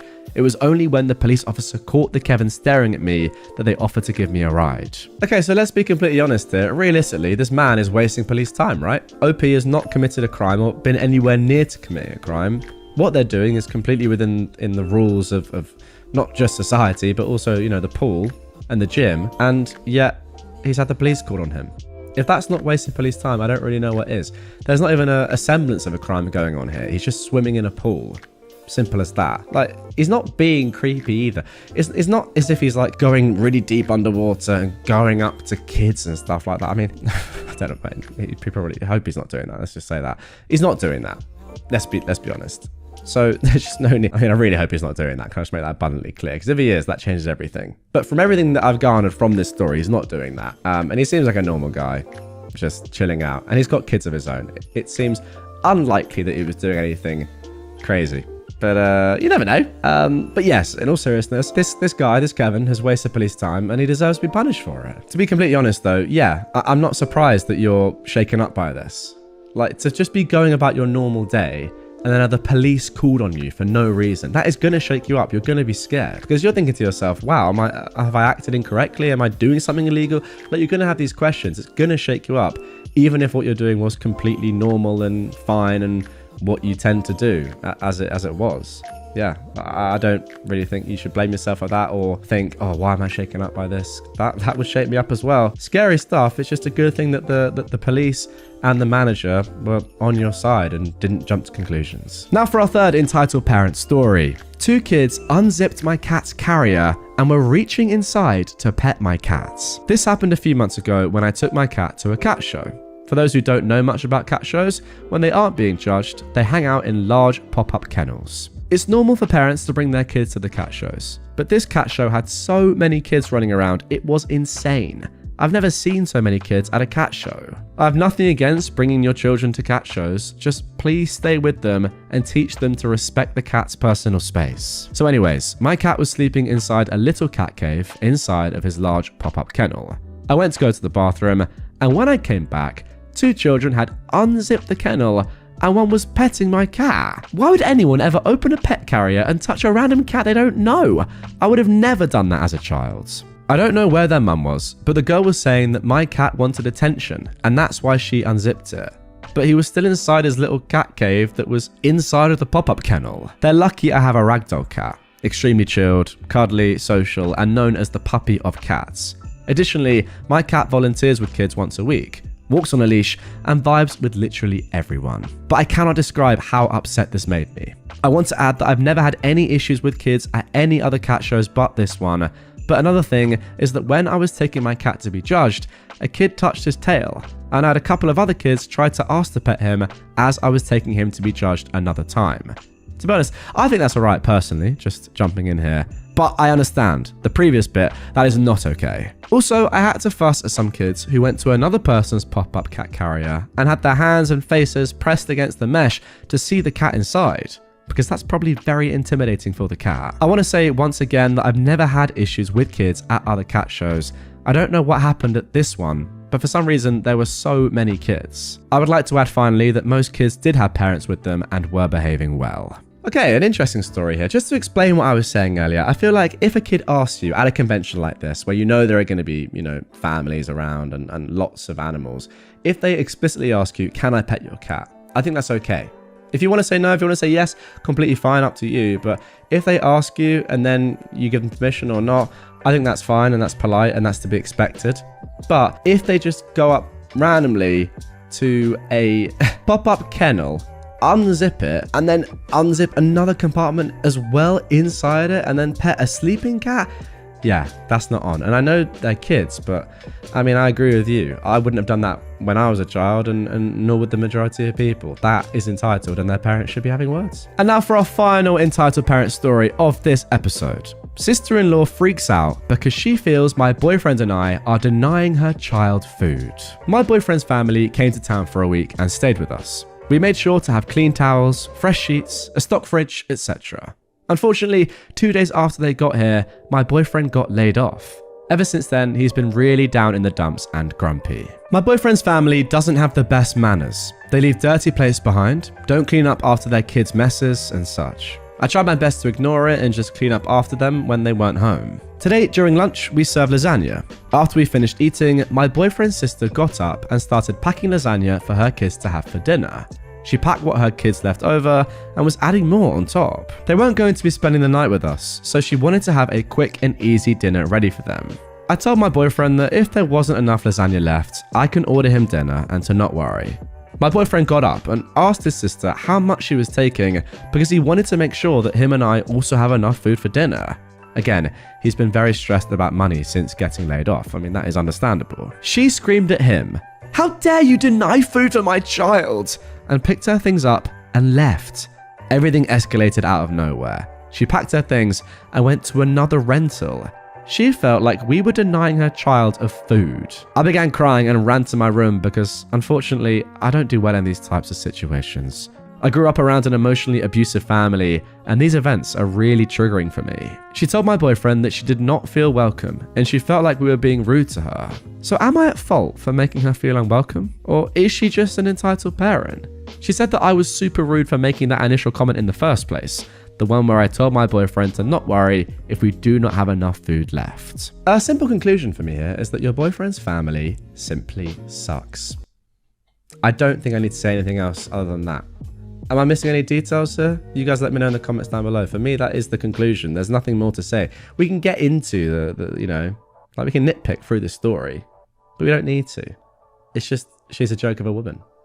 Simple as that. Parents brought screeching baby to Five Nights at Freddy's. This happened a few hours ago and I am still fuming. I went to see Five Nights at Freddy's last night since it was sold out on Friday and at every theatre by me during the daytime. I found a theatre by me that was showing Five Nights at Freddy's well until 11 PM, so I figured it would be dead. It wasn't really, but still. Okay, 9:40 PM it was. The time where tiny children should be asleep, right? No. Everyone is sitting down, and when the movie starts, the theatre goes quiet, till the murmurs of a baby can be heard. A kid around 7 comes in, then a dad, then a screeching baby and a mum. They came in right as the movie started and were loud the entire time. Now, this kid didn't cry at the jump scares. Instead, it kept making sounds for the entire run of the freaking movie, and I mean louder than movie sounds. The people around me were so angry and kept shushing the kid as it waddled and ran up and down the aisle they were in. The parents acted as if we were crazy and kept ignoring their whining, screaming baby as if it would just go away. People would leave, complain, and when movie people came in, we saw hope that they'd be asked to leave. But instead, they just looked around for the earbleed demon and then effed off as if they couldn't locate the screeches. At that point, the kid said, "Mama, goo goo gaga." It's like the kid is right frickin' there. The mum took the kid out for like 5 minutes and then came back in loudly and said, "Mama really wants to see the movie." She put the kid on the ground and let it continue to run around. The father just ignored the kid. The older child seemed unbothered, like I didn't hear a peep from that kid the entire time. The crotch goblin would go quiet for about 10 seconds, enough time for some hope, and then continue to run around, semi-sleep on the chairs, that annoying thing that bald kids do, and just be a freaking menace to the theatre. And you could feel the vibe in there. We're not scared, we're all irate. At least I know my row was, since they were right ahead of us, so the screeching wasn't even muffled. It was like eardrum destruction. Then, right as the movie ended, and I mean the first credits came on, even before the pop lights turned back off, they were freaking gone. Now they leave? The heck? And it just angers me so much, because screw the parents and screw the theatre for allowing this BS. We all pay insane amounts of money just to see a movie. I've waited so freaking long for Five Nights at Freddy's and just wanted one nice evening out. And these families come in and the theatre people see the babies and say nothing. Oh, you're gonna take your 1-year-old into The Conjuring too? Yeah, that also happened to me. Yeah, I see nothing wrong with that. In my opinion, theatre should be for 7+, because at 7 years old, you should be old enough to just be quiet. Now, I don't really hate the babies, even though I dislike kids, because they're too young to understand what be quiet means or what sit still means, but come on. Nobody deserves to have their movie ruined by kids. To have kids cry all throughout the beginning of Endgame because Thanos got his stupid head chopped off, or for kids to screech because the Emperor is scary, boo frickin' who, he was on screen for 0.2 seconds and then it was over. Or for kids to ask, who is Batman? A million frickin' times. PG-13 or 14A should still mean something. It should mean if your kid ain't 13, they aren't getting frickin' in. They don't get in and scream and cry throughout a movie. That's the point of most kids' movies, is that scary stuff is limited. And I had this happen when I was a kid and my grandparents took me to see Pirates of the Caribbean and Davy Jones scared the frick out of me. But you know what they did? They took me home. They didn't let me scream and cry during the whole movie and ruin everyone else's days. They understood that I was too young and they took me home. It's not that hard. And I get it, if you don't have a sitter, that sucks, but why would you want to punish everyone else? Well, first of all, I've got to say that is an absolute disgrace, and I'm very sorry to you that your entire experience was ruined by these entitled parents. Secondly, you simply have to get a refund. Demand a refund. That is the least thing you should be doing. The whole thing has been ruined. You've not got the service you've paid for. You are owed a refund. And thirdly, thank you for saying what you did about it not being the kid's fault at all. I completely agree, and it's something that I do say in a lot of these episodes, a lot of my content. A lot of the time when children are, young, let's say below the age of 7, I think 7 is actually a very reasonable age that you suggested here, in which a child should have some common sense and should know when to be quiet, etc., etc. Especially when they're a baby like this, it's not their fault that they're making noise. They're not really in control of their actions. The baby is probably extremely bored and is like, why am I watching this movie that I have no interest in? And yeah, as you've said, the fault completely lies with these entitled parents and their own ignorance. And again, yeah, you're right, it's not ideal to have to get a babysitter, but that is part of being a parent. If you want to go and enjoy an adult thing and you have children, you have young children, they can't come with you. Obviously. It's not only going to ruin the entire experience for you, by the way. I mean, I don't know how these guys have enjoyed the movie. Surely they haven't. But it's also going to ruin it for everyone else in the theatre. So shame on these entitled parents, and also shame on the staff. They should have kicked them out. I'm sorry, they really should have done. Now, our second entitled parent story of this episode is actually an update to one that I read the other day. My mother-in-law photoshopped my husband's nose on our wedding pictures. Now, if you haven't yet heard that story, I will leave a link to that episode down below. Go and watch or listen to that one first, whatever platform you're on. You need to listen to that for this to make sense. I know a lot of you will have done already, but it's a really original, very good story. I'd recommend you listen to that first. Anyway, here is the update to that one. Hey dudes, I'm back. Thank you to everyone who took the time to offer me advice on my last post. Guys, if you don't remember what happened, OP was pretty much asking what on earth they should do when they found out that their mother-in-law had photoshopped her husband's nose in their wedding pictures. Absolutely insane, but hey, here we go. First of all, I want to clarify that not telling my husband what his mother did was never an option. She wouldn't remove the pictures from her house unless I either told him or threatened her. Had I done the latter, she could use that against me in the future, or even imply that I agreed with her. Plus, he was bound to find out at some point, and I knew it would be better if it came from me. I asked how to do it, not whether I should. So I sat him down last Saturday and I broke the news. I explained what the pictures were and my mother-in-law's excuses for them. I also showed him the text that she'd sent me since my visits. The whole conversation, I was calm and straightforward, but made it very clear that not only did my mother-in-law's actions completely disgust me, but I never agreed with her about his appearance. He's the most gorgeous man I've ever met, and there's absolutely nothing wrong with his nose. I also made sure to point out that the Photoshop nose made him look like front-facing Phineas from Phineas and Ferb. And my mother-in-law needs to get her eyes checked if she really thought it looked good. I thought the news would hurt him, and I was right. He didn't cry or anything, but I could see it in his face. The odd but common combination of disappointment and acceptance. He knew his mother wouldn't change, but he still had some hope. It was almost heartbreaking to watch. But for the first time in a while, he seemed to believe me when I said his nose was normal. He told me that now that he knew just how ridiculous his mum was willing to be, her opinion meant a lot less to him. So even though he's hurt, he feels stronger than ever. As many of you suggested, I told him that he was free to approach the situation however he pleased, but I don't want to be around his mother anymore. Most importantly, I don't want her around our son or any other kids we might have, not only because of the guilt-tripping tantrums that have become her standard behavior, but also because of the way she treats the people that she's supposed to love. I know she loves her family, but I doubt she knows how love works. If she's willing to treat her sons like this, I fully expect her to be even worse to her grandchildren. In the end, my husband and I decided we're going very low contact with his mum until the holidays.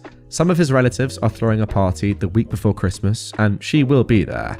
We thought about skipping it, but he has cousins he hasn't seen in years coming for the party. He's been looking forward to seeing them for months, and it doesn't feel fair to let my mother-in-law ruin his excitement. After the holidays, we'll decide how to proceed. Regardless, she won't be allowed to see our son at the hospital when he's born. And once we bring him home, she won't be left alone with the baby.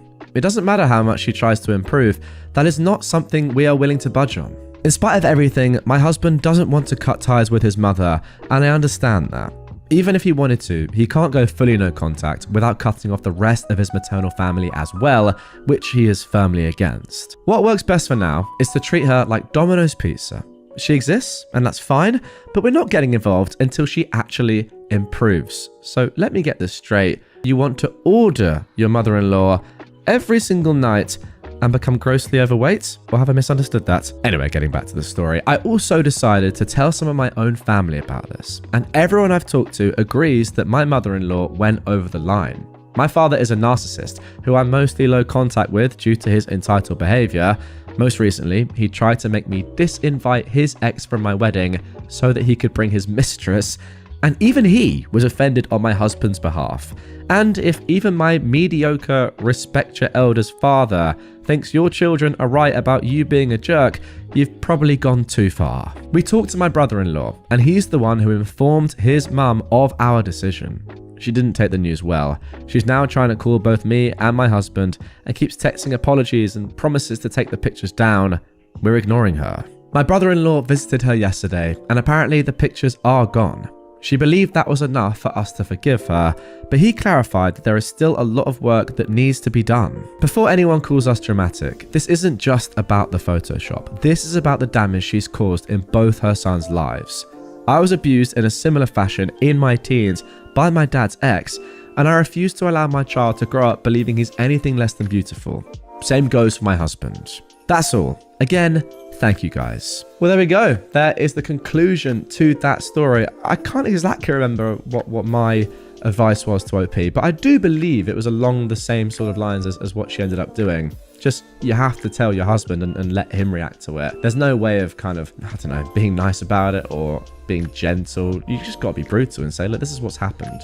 I'm so sorry, but this is the truth. This is your mum. This is what she's like as a person. You know, what more can I do? And ultimately, it's up to him how he deals with it, and up to you guys how you deal with it, and your brother-in-law as well, who's sadly, you know, had some very similar treatment in his life, it seems.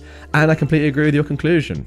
You know, if that's me, I don't want this woman in my life, and I definitely don't want her in my kids' lives. Just a terrible, terrible person. Once again, if you haven't yet heard the first part of this, link to that is down below. That gives the context for this entire story. But yeah, really good solution, and I'm happy that OP took the advice of amazing people like me. Wasn't what I was going to say, but it's really what I mean. I do think as well, though, in all seriousness, that's what you guys were saying in the comments on that original episode. So good stuff. Us and Reddit helped out. Let's carry on. Now for our third entitled parent story. My parents' small business is being review bombed because I stood up to a child abuser. My parents have owned a small Chinese restaurant for the past 25 years. Recently, I spent a day working there as a waiter, and a big party of 11 people came in with their children. Their children were pretty rowdy and running around on top of our benches.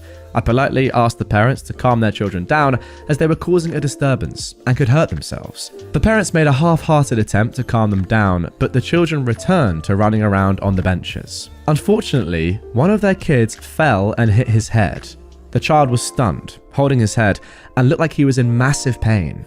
Others came to his care as well as his mother, but the father told his child to get over it and to suck it up when the child started crying, all while he attempted to rush out the door.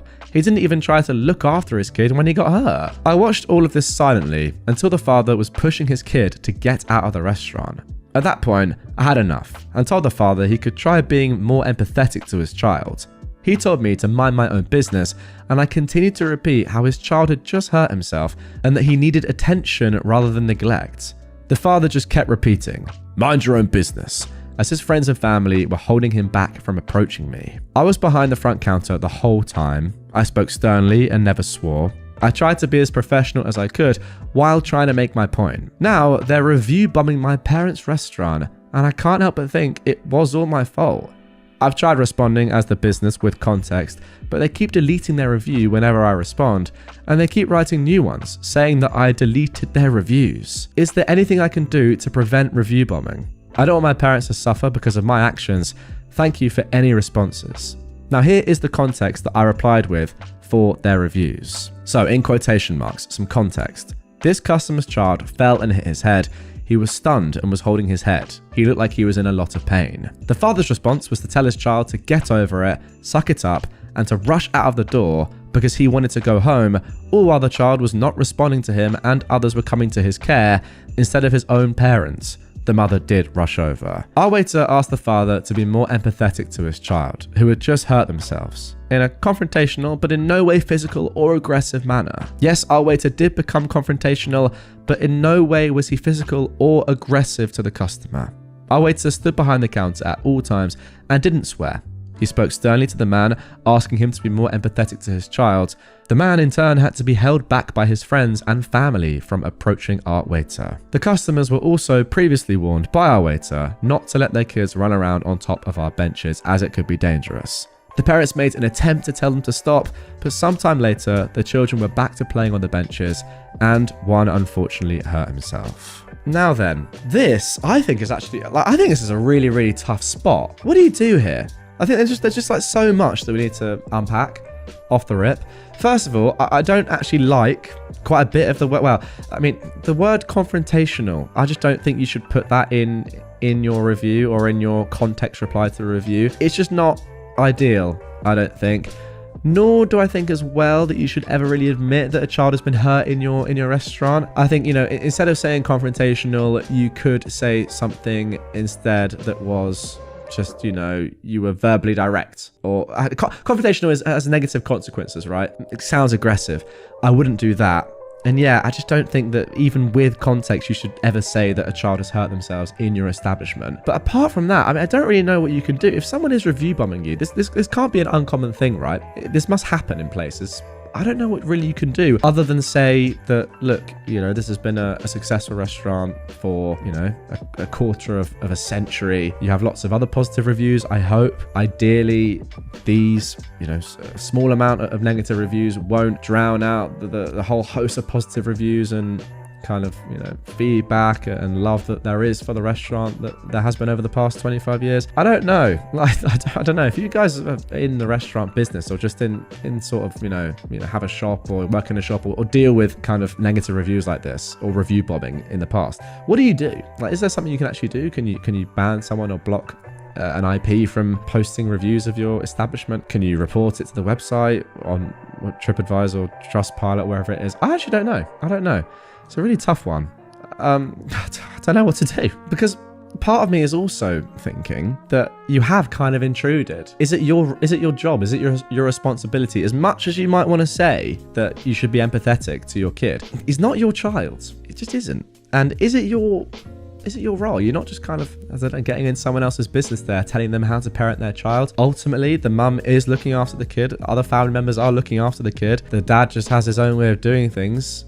I don't think that's abuse, by the way. I think it's a very, very strong word. I think it's perhaps a little bit neglectful, but it's, I don't know if it's even that, to be fair. It's just his way of parenting. The kid's being looked after, and ultimately it was their own fault that they got hurt. It's a tough one. It is a tough one. I don't know. Again, like, I'm not entirely sure. I think I need to go through your comments on this one, guys. Enlighten me. Help me out.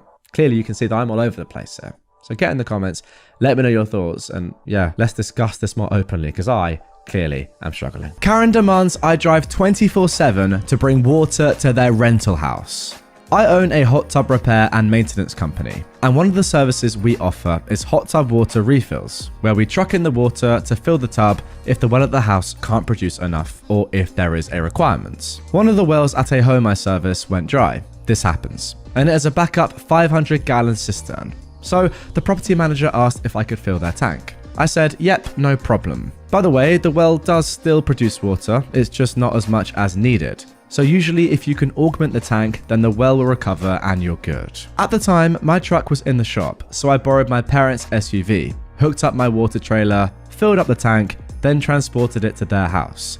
I would have normally declined, but the property manager was desperate and I'm the only company in town with water transport equipment. The house is then all good to go, and the Karen of this story, who is renting that property, is set to arrive that evening. Just a day and a half later, the house has run out. The property manager called me and asked if there was anything I could do, if I could just take a look. It's Sunday, the bulk water fill location is closed, and I had no truck or ability to tow. For what it's worth, the property manager offered a new house for them to stay at, but the entitled parents didn't want a different house. So I took a small load of water over with my 1958 Jeep. I filled my small tank and trailer at my house and brought over 275 gallons.